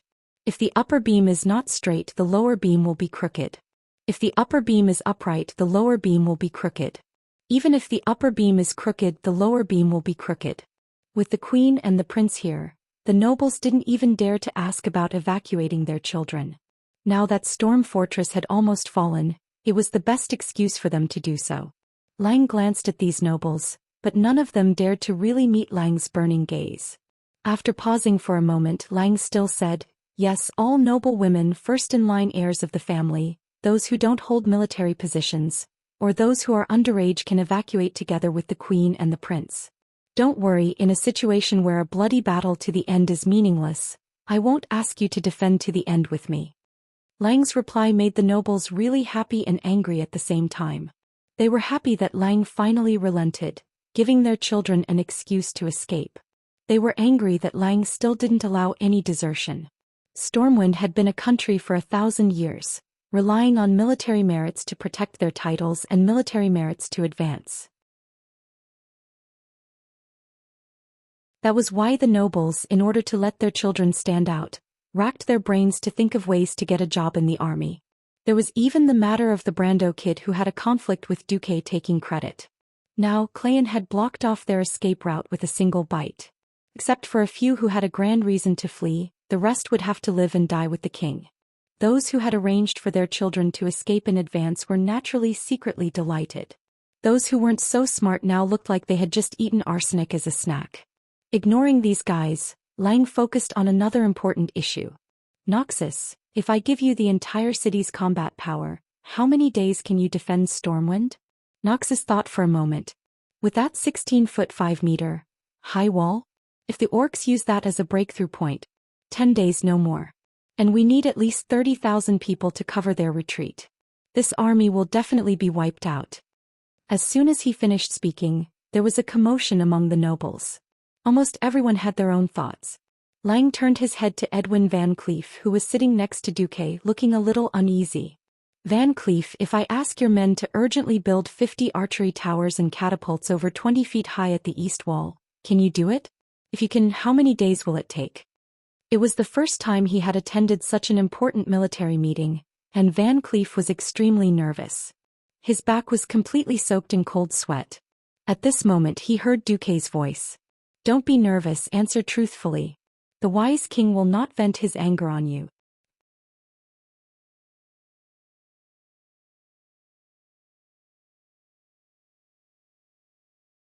Chapter 158. After receiving the affirmation from Lang and Duque, Van Cleef took a deep breath. To be honest, Sir Duque doesn't have much cement left. One of the important materials for cement comes from the Ungoro crater. We used Sir Duque's funds to collect it, but we only bought about 100 tons from the Stranglethorn Valley's Goblin Venture Capital Company. That's all they have in stock. The remaining materials are only enough to make 30 catapults or 80 arrow towers, and It will take at least 10 days. Nobles were not very knowledgeable, cultured, cultivated, and noble people. Apart from this strict etiquette training and the ability to read and write, the nobles in this era were no different from most ordinary people. Their geographical knowledge was limited to the nobles in the southern part of the continent. They did not realize that the Ngoro crater was on the other side of the sea, far away on another continent. Trash. If it's 10 days, the soldiers of Stormwind City would have been killed. On the opposite side, a duke slammed the table and rose to his feet, his angry voice almost frightening Van Cleef. Van Cleef was not the Van Cleef who was forced into a dead end in the future. At this moment he was just a follower of Duque who was born as a stonemason. He did not even have the chance to determine how much trust and support Duque had in him. It was like a duck being driven onto a perch. The Duke did not expect that Duque would go against him for the sake of Van Cleef, a lowly dog. He slammed the table and Duque slammed it even louder. Bang! Almost all the guards of the Wang family thought that the enemy was attacking. Every guard put their hands on the hilt of their swords. When they saw that it was Duque slamming the table, they secretly let go of their hands again. You're the trash. You don't even know that the Ngoro crater is on the other side of the sea, and you're talking nonsense to my people. If there really was so much cement, I would have raised the entire wall of Stormwind City to 200 feet high. Orcs can't even fly and let alone climb. Duque was telling the truth. In this world without modern industry, it was too difficult to make proper cement. The only thing they could do was to use volcanic ash as the main raw material for cement. That was why he had his eyes on the Ngoro crater and asked Van Cleef to collect materials through various channels. The truth was the most hurtful. Pfft. Obviously, Duque was scolding people, but many people were amused by Duque's counterargument. This kind of direct scolding of the other party's ignorance, and it even hit the mark. The resulting laughter made the Duke feel even more embarrassed. Another Duke stood up and said, "Very well, I would like to ask Sir Lothar, how long can you defend with these towers?" Lothar raised a finger. "The limit is 1 month and it's still the same thing. The troops in charge of the rear won't survive." Alright, let's go back to the original question. No, not back to square one. Duque interrupted the Duke. "It's just 10 days. I'll fight for it." Duque patted Van Cleef on the shoulder.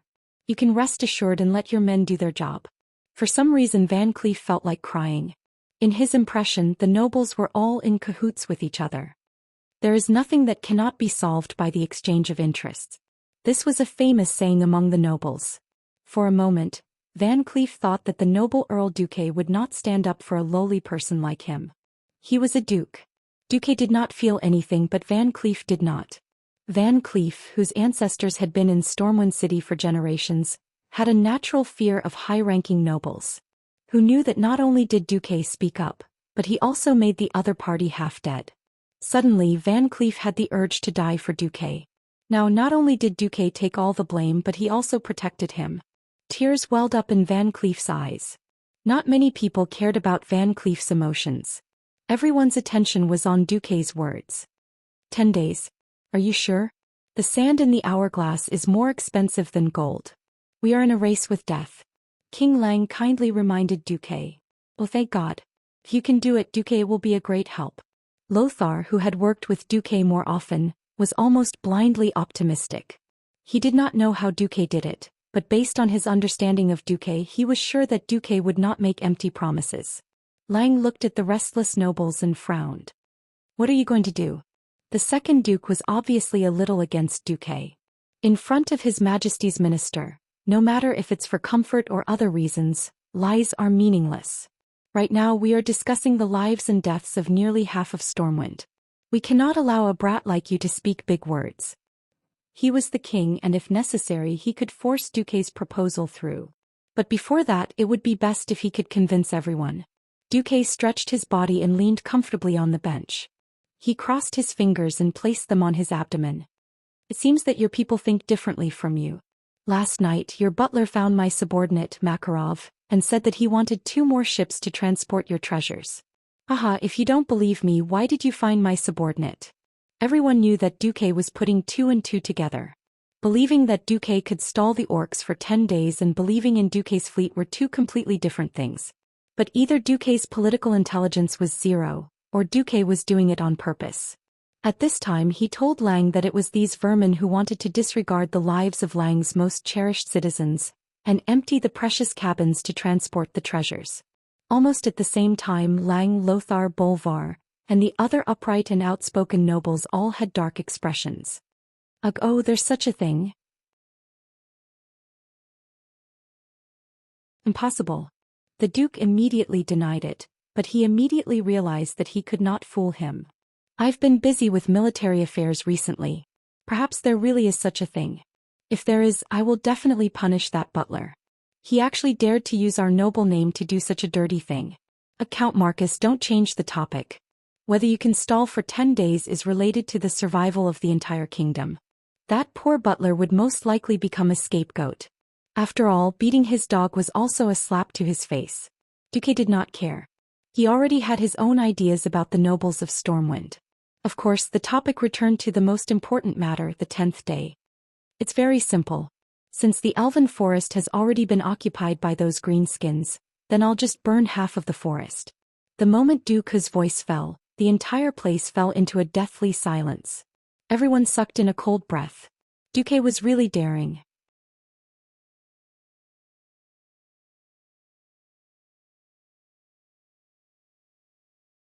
Chapter 159.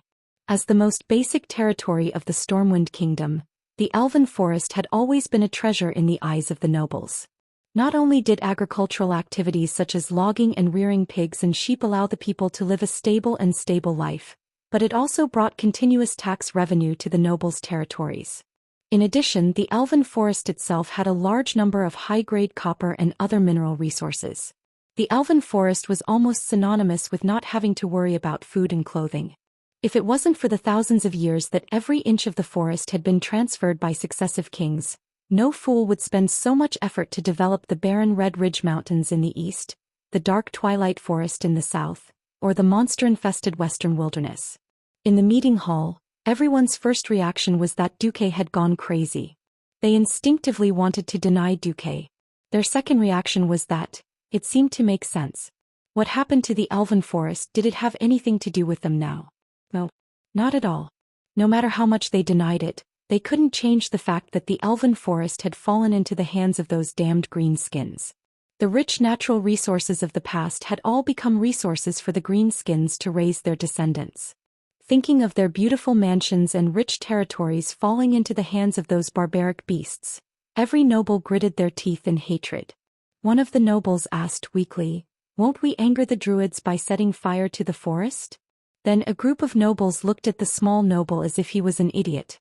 They were facing a disaster here and he still cared about the druids who had died somewhere. The nobles immediately fell silent. Noxus was the kind one to ask, "What about the orc spellcasters called warlocks?" I received absolutely accurate information from my master. At the moment, the strongest orc warlock ghoul, Dan, will not be able to fight for some reason in the short term. The same goes for the Shadow Council. So as long as you give me a griffin, I'll be safe. Noxus suddenly realized that in the battle with the orcs, the human side was almost suppressed in all aspects. It wasn't just the factor of individual combat power, but also the lack of understanding of the orc warlocks. The Storm royal family's mages were defeated in the battle with the Shadow Council, and the mages were almost dead in name. However, in recent days there had been no orc warlocks attacking. Fortunately, this was the case. Otherwise, the only remaining Morning Star wizard in the country would have to protect Lang. With just 3 sky wizards, they would not be a match for the Shadow Council. Lothar nodded at Lang. Lang stood up. "All right, I approve of this plan. But I have only one request for you, Earl Marcus. Your Majesty, please speak." Duque stood up and bowed. "You must come back alive." Lang said earnestly, "Stormwind is on the verge of destruction, and it's not just you, Duke Marcus. For a 15-year-old like you, you've done enough. That's good enough. If the kingdom's fate is to be destroyed, I will calmly accept it. But in the future, when we rebuild Stormwind from the ruins, we still need young people like you to contribute." Hiss. Almost every noble sucked in a cold breath. If it had been anyone else, they would have at least given a military order, saying that if they did not complete the mission they would die for the country. Now that it was Duque, Lang was actually so lenient that he did not even hesitate to bet on the kingdom's early destruction. How much did Lang value Duque? Such royal favor was unheard of. Even when Medivh was still alive, Lang had never pampered a Medivh so much. But thinking about it, it was normal.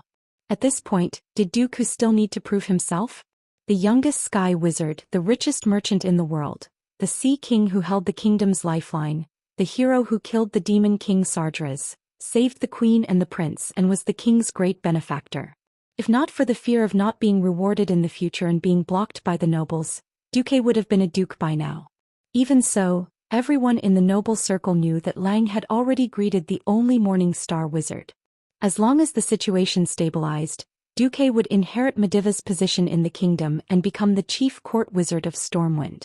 Duque's rise was unstoppable. Before Duque returned from Karazhan, no one was confident. Now, many nobles had secretly decided that if Duque's plan to stop the orcs for 10 days was successful, they would completely tie Duque to their family's war chariot. Compared to other nobles, King Lang had a fatal shortcoming. The royal bloodline was too thin. It was not only because he was not a direct descendant of Thoradin the Great, but also because Lang did not have any siblings. Similarly, the only heir was Prince Varian. The queen did not have a child with Lang. But other nobles were different. Wasn't it just a noble daughter? As long as they had a marriage alliance with Duque, even if they lost their territory, their family would still be able to live comfortably. If they could win back their territory in the future, that would be even better. Unknowingly, the nobles had begun to have ideas about Duque. Duque did not know what the nobles were thinking. After thanking Lang for his concern, he prepared to set off. But after stepping out of Stormwind Fortress, he was surprised to find a group of old friends waiting for him. Mentor Norton, I'm so happy to see you. Your aura is not bad. Yes, it was Old Man Norton. Darnielle and Itana were also beside him. Duque noticed that these two former magic apprentices were now wearing the formal robes of the Royal Wizard Guild. You've advanced. This time Duque was really surprised. Darnielle smiled foolishly. Itana once said, "If you don't rise in war, you will perish in the flames of war." I just advanced to a level 1 Earth Mage last week. Itana advanced 2 months before me and is now a level 3 Earth Mage. The freckled Itana gave Duque a standard ladylike bow, her face still a little stiff. Mentor Norton said that we should be able to help you. Old Man Norton came over and took Duque's hand affectionately. Don't refuse, Duque. This old man's old bones are about to fall apart. I'll thank the heavens if they can survive this battle. They have no future with me. Today I'll throw away my old face. If you don't accept them, I'll kneel here for everyone to see. Don't. Duque knew that the old man was serious. Darnielle and Itana, who were born as commoners, had long been labeled as Duques. If Duque didn't want them, these two really had nowhere to go. Duque turned to face the two. Okay, enough with the pleasantries. You two will follow me from now on. I want to ask you, do you want to become my followers? Or are you my henchmen? Darnielle scratched his head. Is there a difference? Itana kicked Darnielle lightly. Of course I want to be a follower.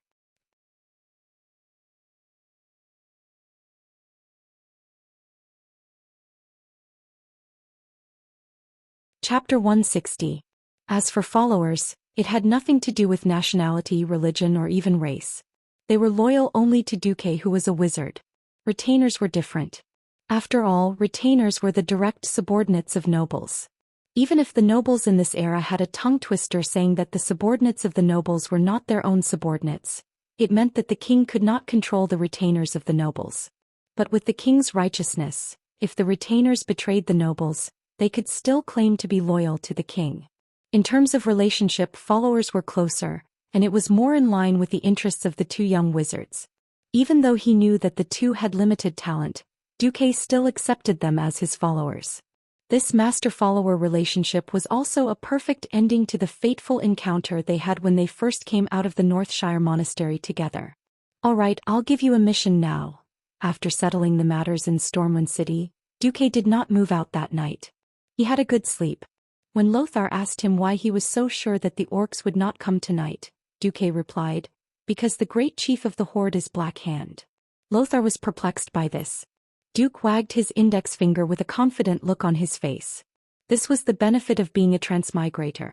Only a transmigrator would know how different Blackhand's and the next great chief Orgrim Doomhammer's tactics were. Blackhand was indeed a very outstanding orc leader. His excellence was reflected in his ferocity and bravery. Blackhand, who drank the demon's blood, had the common weakness of most green-skinned orcs: violent and irrational. Other than fighting head-on, there was no other way. Orgrim, on the other hand, did not drink the demon's blood, which made his mind clear.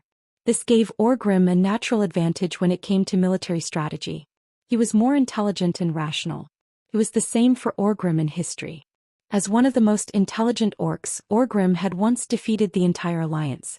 If it wasn't for the fact that the orcs had betrayed their teammates, perhaps the Horde wouldn't have been defeated during the first incident at the Dark Portal. Duque was so sure that the Horde would not be able to move out tonight because of his understanding of Blackhand. At this moment in the tribe's camp, Black's hand, which had turned slightly carbonized due to the power of chaos and was extremely tough, punched Orgrim in the face. Even though Orgrim had already tightened his muscles in preparation for a heavy blow, Orgrim's resolute face was still severely deformed for a short period of time. Orgrim's gigantic body was sent flying out of the tent by Blackhand's punch. "You coward! The tribe doesn't need a coward like you," Blackhand roared. "They have a very powerful spellcaster. Where was Dan when we needed spellcaster support the most? Where are the warlocks of the Shadow Council?" Orgrim roared back. Even though the beastmen were brave and irrational, they still had rules. The mysterious was mysterious and the warrior was a warrior. Since ancient times, the shamans of the tribe had been the ones to deal with the enemy's spellcasters. After the shaman profession withered, it was replaced by the warlock profession. The great tribal chief was speechless for a moment before saying, Dan has more important things to do, such as repairing the Door of Darkness." This was a sophistry, but it was also a good reason. If the Door of Darkness was repaired, then the tribe would have an endless supply of reinforcements. Even though the warriors left in that destroyed world were not the most elite, there were still many of them. Orgrim shook his head and stood up stubbornly. "Blackhand, tomorrow, give me another 20,000 elites from the Blackrock tribe. If I can't defeat them, you will see my head." "All right." Blackhand was prepared to act recklessly. Mirror Lake was located south of Stormwind City. If one went to Stormwind City from Gold Flash Town, southeast of Stormwind City, it was easy to see this huge lake on the left side of the main road. Now Mirror Lake had become one of the lifelines of the Beastmen army. It was currently summer and the heat was scorching the earth, making both sides feel uncomfortable. When there was no battle, the Beastmen were happy to enjoy the cool air under the shade of trees. In order to prevent the damned fishmen and Nagas who obeyed the humans' orders from running into Mirror Lake, the Beastmen had to use thousands of laborers to build a temporary dam. This was to make it the most ideal water source for the Beastmen army. Mirror Lake was located at the foot of a small mountain. In order to prevent the humans from poisoning the lake, they only needed to set up enough patrols near the mouth of the spring. From the top of the mountain, they could clearly see all the movements on the outer wall of the human city of Stormwind City. However, early in the morning, an atmospheric circulation that almost surrounded the entire mountain appeared on this average-sized mountain. The constantly rotating circulation formed a storm, forming a wall of air that was nearly 100 meters tall at the peak of the mountain. The patrolling beastmen tried to pass through this invisible wall of air to see what was happening. However, all the beastmen who tried to do so were instantly torn apart by the violent wind. In the next moment, in response to the first rays of dawn, balls of flames, along with the radiance of the sun, began to spread grandly from the top of the mountain to the vast land. At first, every beastman thought it was an illusion. But soon, when the blazing flames landed on the rough and messy roofs of the tribe's barracks, the fire easily spread. Fire! Fire! The sleepy beastmen had just woken up from their dreams when they realized that the entire camp was in a sea of fire. The beastmen were not unprepared for the humans' fire attack. Many beastman officers instructed the stupid beastmen to use sand to extinguish the fire. They also ordered the beastmen to rush to Mirror Lake to fetch water to extinguish the fire. However, the flames in the sky became denser and denser. The ever-increasing fire made the beastmen's efforts to extinguish the fire useless. Most of them held their weapons blankly and ran to the open space, not knowing what to do. Look up the mountain. Finally, some beastmen realized that something was wrong. A majestic figure stood at the highest point of the mountain. Behind him, his cloak fluttered in the wind like a fluttering flag, attracting the attention of all the beastmen. The figure bathed in the morning light was incomparably dazzling. It was as if he was the radiant sun, as if he was the sun of light who dispelled all the darkness on the earth. Under the illumination of the morning light, the silver spell formation hanging in the air beside him had every fine line and every mysterious rune dyed with a layer of brilliant gold. Countless fireballs shot out from the spell formation, drawing red arcs in the sky that symbolized death and destruction, and fell to the ground in a shocking manner. The endless flames turned the entire land into a sea of fire in the short span of a dozen breaths. Orgrim rushed out of the tent and looked at the mysterious and terrifying figure. He squeezed out a few words through gritted teeth. Duke Marcus.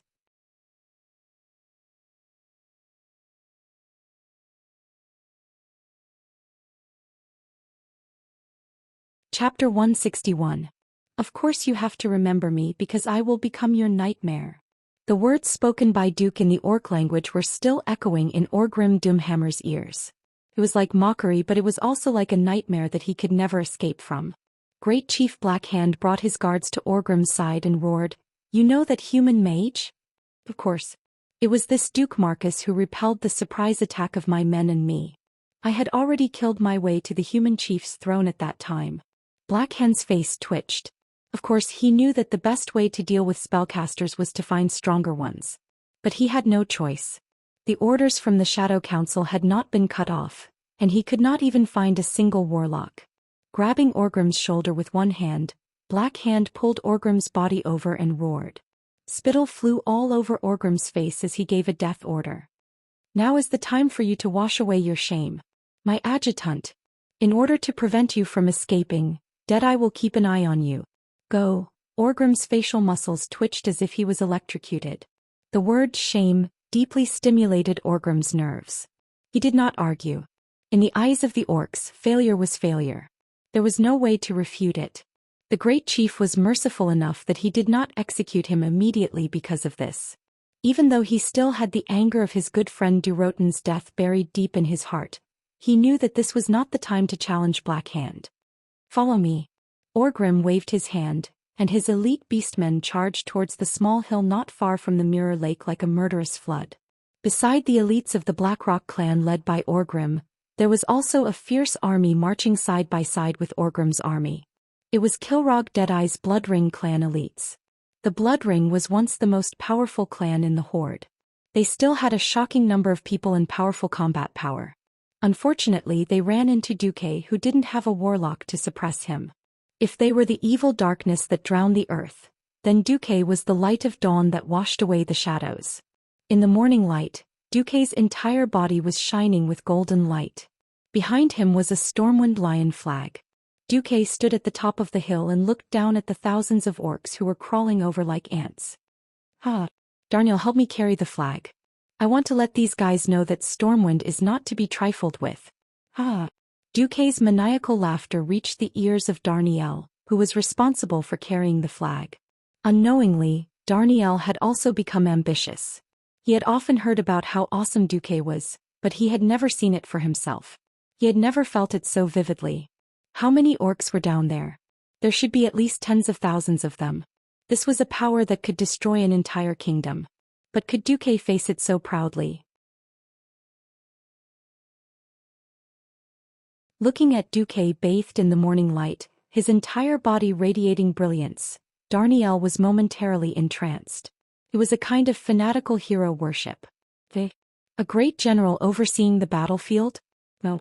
Using his own strength to shake the terrifying orc army that numbered in the tens of thousands, this had long surpassed the scope of a general. If the simple-minded Darniel had to think of an adjective, it would be God, the guardian of the entire kingdom. At the foot of the hill, the orc warriors were fortunate enough to meet a human mage who was going all out without their own warlocks suppressing them for the first time in the elven forest. Once the huge fireballs were hit, they would immediately release all the energy contained within them. The terrifying impact easily tore apart the grass and blew up the tree roots. The sputtering flames spread directly to the orc warriors. Fear of fire was the instinct of most creatures. That kind of burning sensation that exceeded the limits of the body wasn't something that every warrior could easily overcome with courage and surmount. 36 huge fire magic formations continuously tilted the water tank-sized fireballs. This was a firestorm that was even more intense than a meteor shower. Many orc warriors were blown into the sky by the fireballs. They fell and howled before being swallowed by the flames. In no time they became corpses that emitted a disgusting burnt smell. The flames from the explosions continued to shine. Darnielle, who was behind Duque, could not help but narrow his eyes. Not far from his field of vision, even though many orcs were burned alive, more orcs had already entered the final charge. Their line of defense was spread out in an arc, neither too closely packed nor too sparsely spread out as they surrounded Duque. Of course, the 40-degree incline of the mountain path had slightly slowed down their speed. But for orcs who could climb mountains as easily as eating and drinking, this was not too much of a problem. Their advance did not slow down at all. "Cover your ears," Duque suddenly said. Darnielle did as he was told. In the next instant, a long river of flames suddenly appeared at the foot of the hill, immediately cutting off the orcs from entering the field. Then there was a series of explosions. Those were the cannonballs that Duque had scattered on the hill in the morning. Because of this, Stormwind's few griffins were exhausted.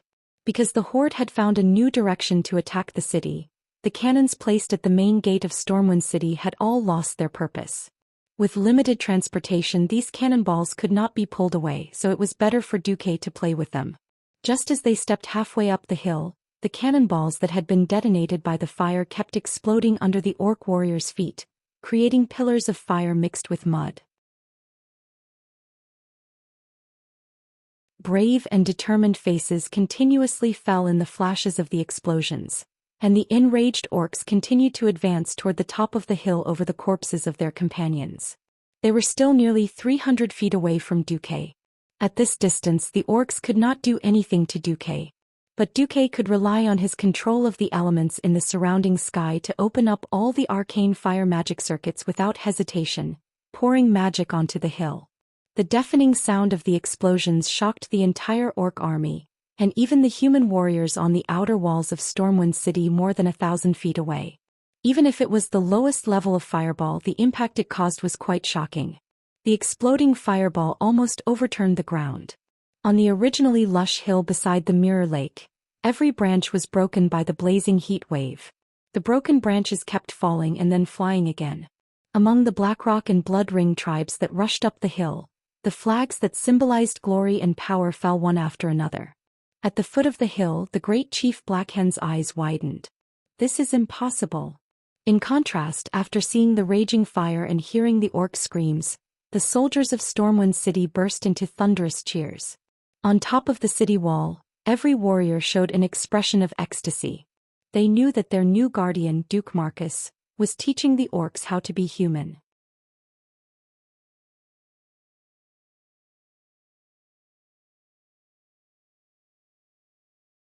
Chapter 162. A normal wizard's fireball spell would not be as exaggerated as Duque's. It flew for 200 to 300 meters and did not dissipate. This kind of control was something only the highest-ranked wizards could have, but it appeared in Duque, a mere sky wizard. With the help of the system elf, Duque's control of elemental energy had reached a shocking level. He hit wherever he pointed with the accuracy of a godly archer. He controlled tens of magic formations at the same time, and was far above Morning Star wizards in multicasting. Even though the orcs were no longer charging blindly like targets, and even though they had started to learn to move irregularly to avoid the fireballs, but the continuous torrent of fireballs still did not miss their target. Often, a fireball that did not hit the orc in front would hit the one behind due to the line of sight of the orc in front or some other reason. Sometimes, it looked as if Duque had shot a fireball, and the orcs had foolishly offered their heads to the fireball at the cost of their lives. The orcs' line of attack had already spread to more than 200 meters wide, but still, not a single orc could get within 150 meters of Duque. At a distance that looked like a small dot, not even a ballista would have a chance of hitting him, let alone long-range weapons like throwing axes. The water vapor around Duque evaporated due to the high temperature, causing Duke's figure to look strangely distorted from afar. Only the heavens knew if Dooku had set up a wind shield or a similar defensive spell.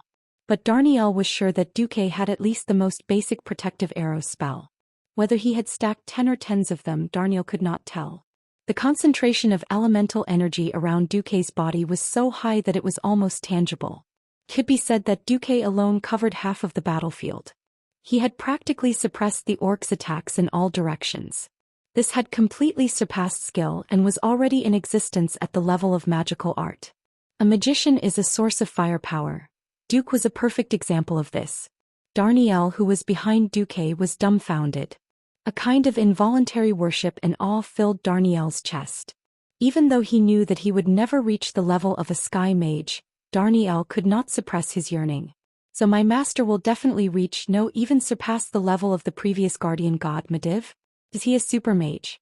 Darnielle suddenly felt that it was worth it to die for Duke after witnessing this scene. It was supposed to be a one-sided massacre, but the whole situation was broken after a huge red figure appeared. In history, the next great chieftain of the Horde, Orgrim Doomhammer. The muscles around Duke's eyes twitched. He already knew that Orgrim had an exaggerated resistance to the elements, especially the fire element. It was obvious that Orgrim was going all out.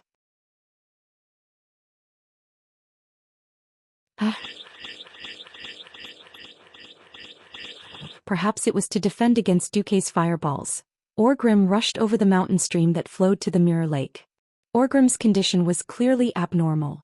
Even the phrase, large strides, was not enough to describe his berserk state. With the hammer of destruction, that weighed at least 200 to 300 pounds, Orgrim ran as if he was flying. Every step he took covered more than 5 meters. In the eyes of humans, this was the distance of a triple jump. But for Orgrim, who was more than 2.5 meters tall, this was only the level of sprinting. What was even more frightening was the abnormality under his feet. Duke saw the steam billowing everywhere. Damn, are you an electric perm? Duke had long since given up on using fire spells to deal with Orgrim. With a wave of his hand, 36 magicians' hands appeared in the air 20 meters around Orgrim. There were 6 of them in a group and they activated Arcane Impact. 2 seconds later, Duke was dumbfounded again. Ineffective. Ineffective. Completely ineffective. The surging arcane energy that was highly compressed crashed into Orgrim's body. Oh, it was less than 20 centimeters away from his body, and it was automatically dispelled by an even more powerful and mysterious force. This was a move that could send Orgrim flying again and again in the last battle, but now it was completely ineffective. Damn, are you sure you're not called Orgrim Saint Seiya? You can't use the same move twice? Orgrim, whose every step changed the color of the mountains and rivers, was already within 100 meters of Duke in a few breaths. Duke frowned and clasped his hands together. Instantly the elements in the air changed again. Ha! With a light shout, the entire mountain spring froze under Duke's feet. The cruel cold air flowed along the flowing stream and froze the entire stream in an instant. Countless icicles abruptly extended along the river like a hedgehog. The high-speed icicles were sharp enough to pierce through any mortal's body. Arctic Wave. This was a self-created spell that Duke had modified from Darson's cold prison. Although it was not complete, Duke was confident that it could stop Orgrim. Duke succeeded. Although Orgrim's body was emitting heat, it was obvious that he was not used to the icicles that had physical properties. The high temperature continuously melted the icicles, but each icicle would pierce his body first, creating thumb-sized bloody holes. Faced with more and more icicles, Orgrim was surrounded. At this moment, another Beastman hero arrived, Kilrogg Deadeye. As the chieftain of one of the 7 largest Beastman tribes, Kilrogg's strength was definitely top-notch. If not for his old age, Duke was willing to bet that this old Beastman's combat power was at least at the level of Black Hand. In front of Duke, Kilrogg displayed agility that was comparable to that of a night elf. Yes, agility. If Orgrim was said to be more like an angry lion, then Kilrogg was now an agile cheetah. He actually stepped on the blunt side of the icicles that Duke's icicles had pierced out, as if he was flying towards Duke. Multicast. Activate. This was not a spell that Duke had asked the system elf to cast, but Duque's own true multitasking. Its power was more than a level higher than the system elf's spell. Blizzard, and Wide Area Icicle. For the first time, Duque showed the world his shocking magic circuit. No matter how agile Kilrogg was, he could not be immune to this kind of omnidirectional magic attack. For a moment his figure also froze. Kilrogg was so anxious that he croaked. The beastmen behind him still wanted to rush forward, but they were suppressed by the system elf's hand of magic and the magic formation.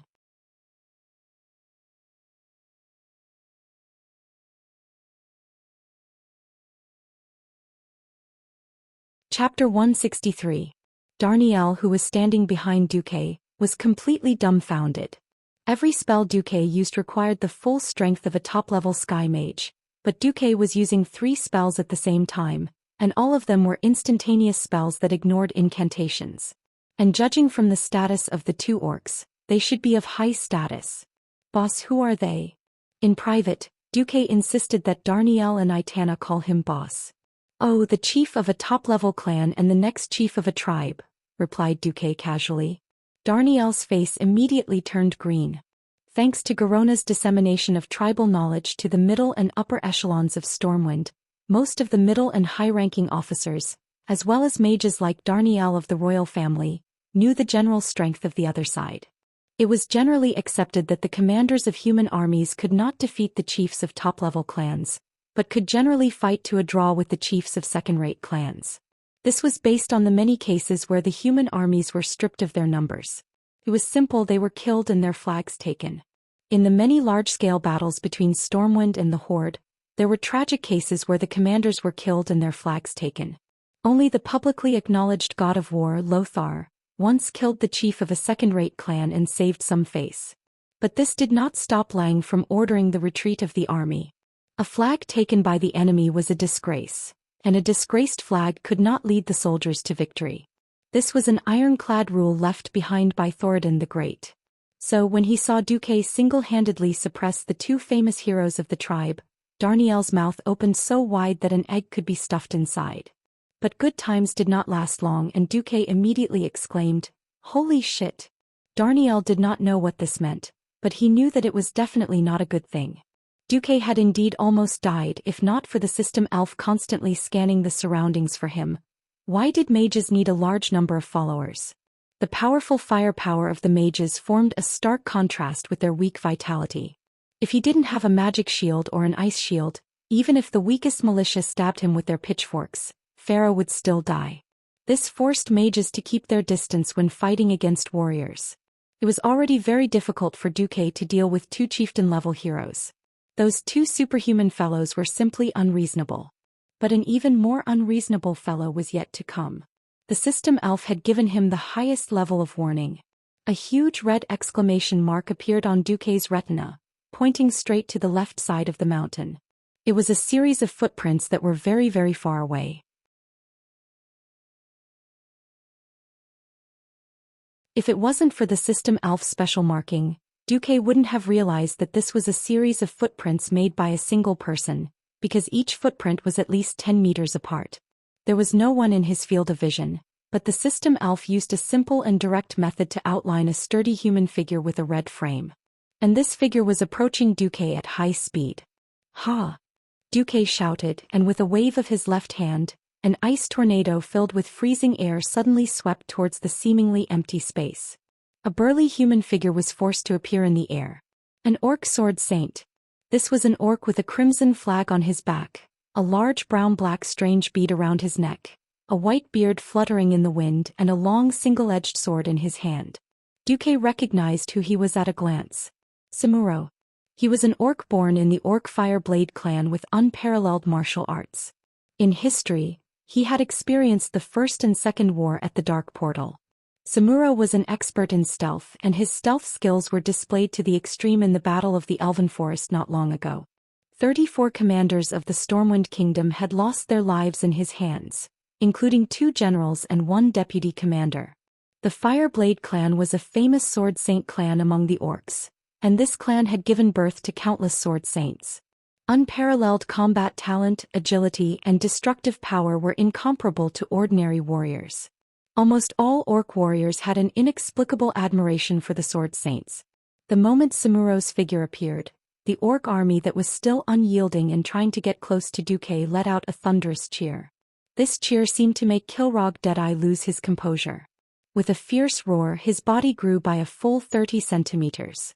If Orgrim was said to have transformed into a berserker, then Kilrog was said to have increased his speed and magic resistance.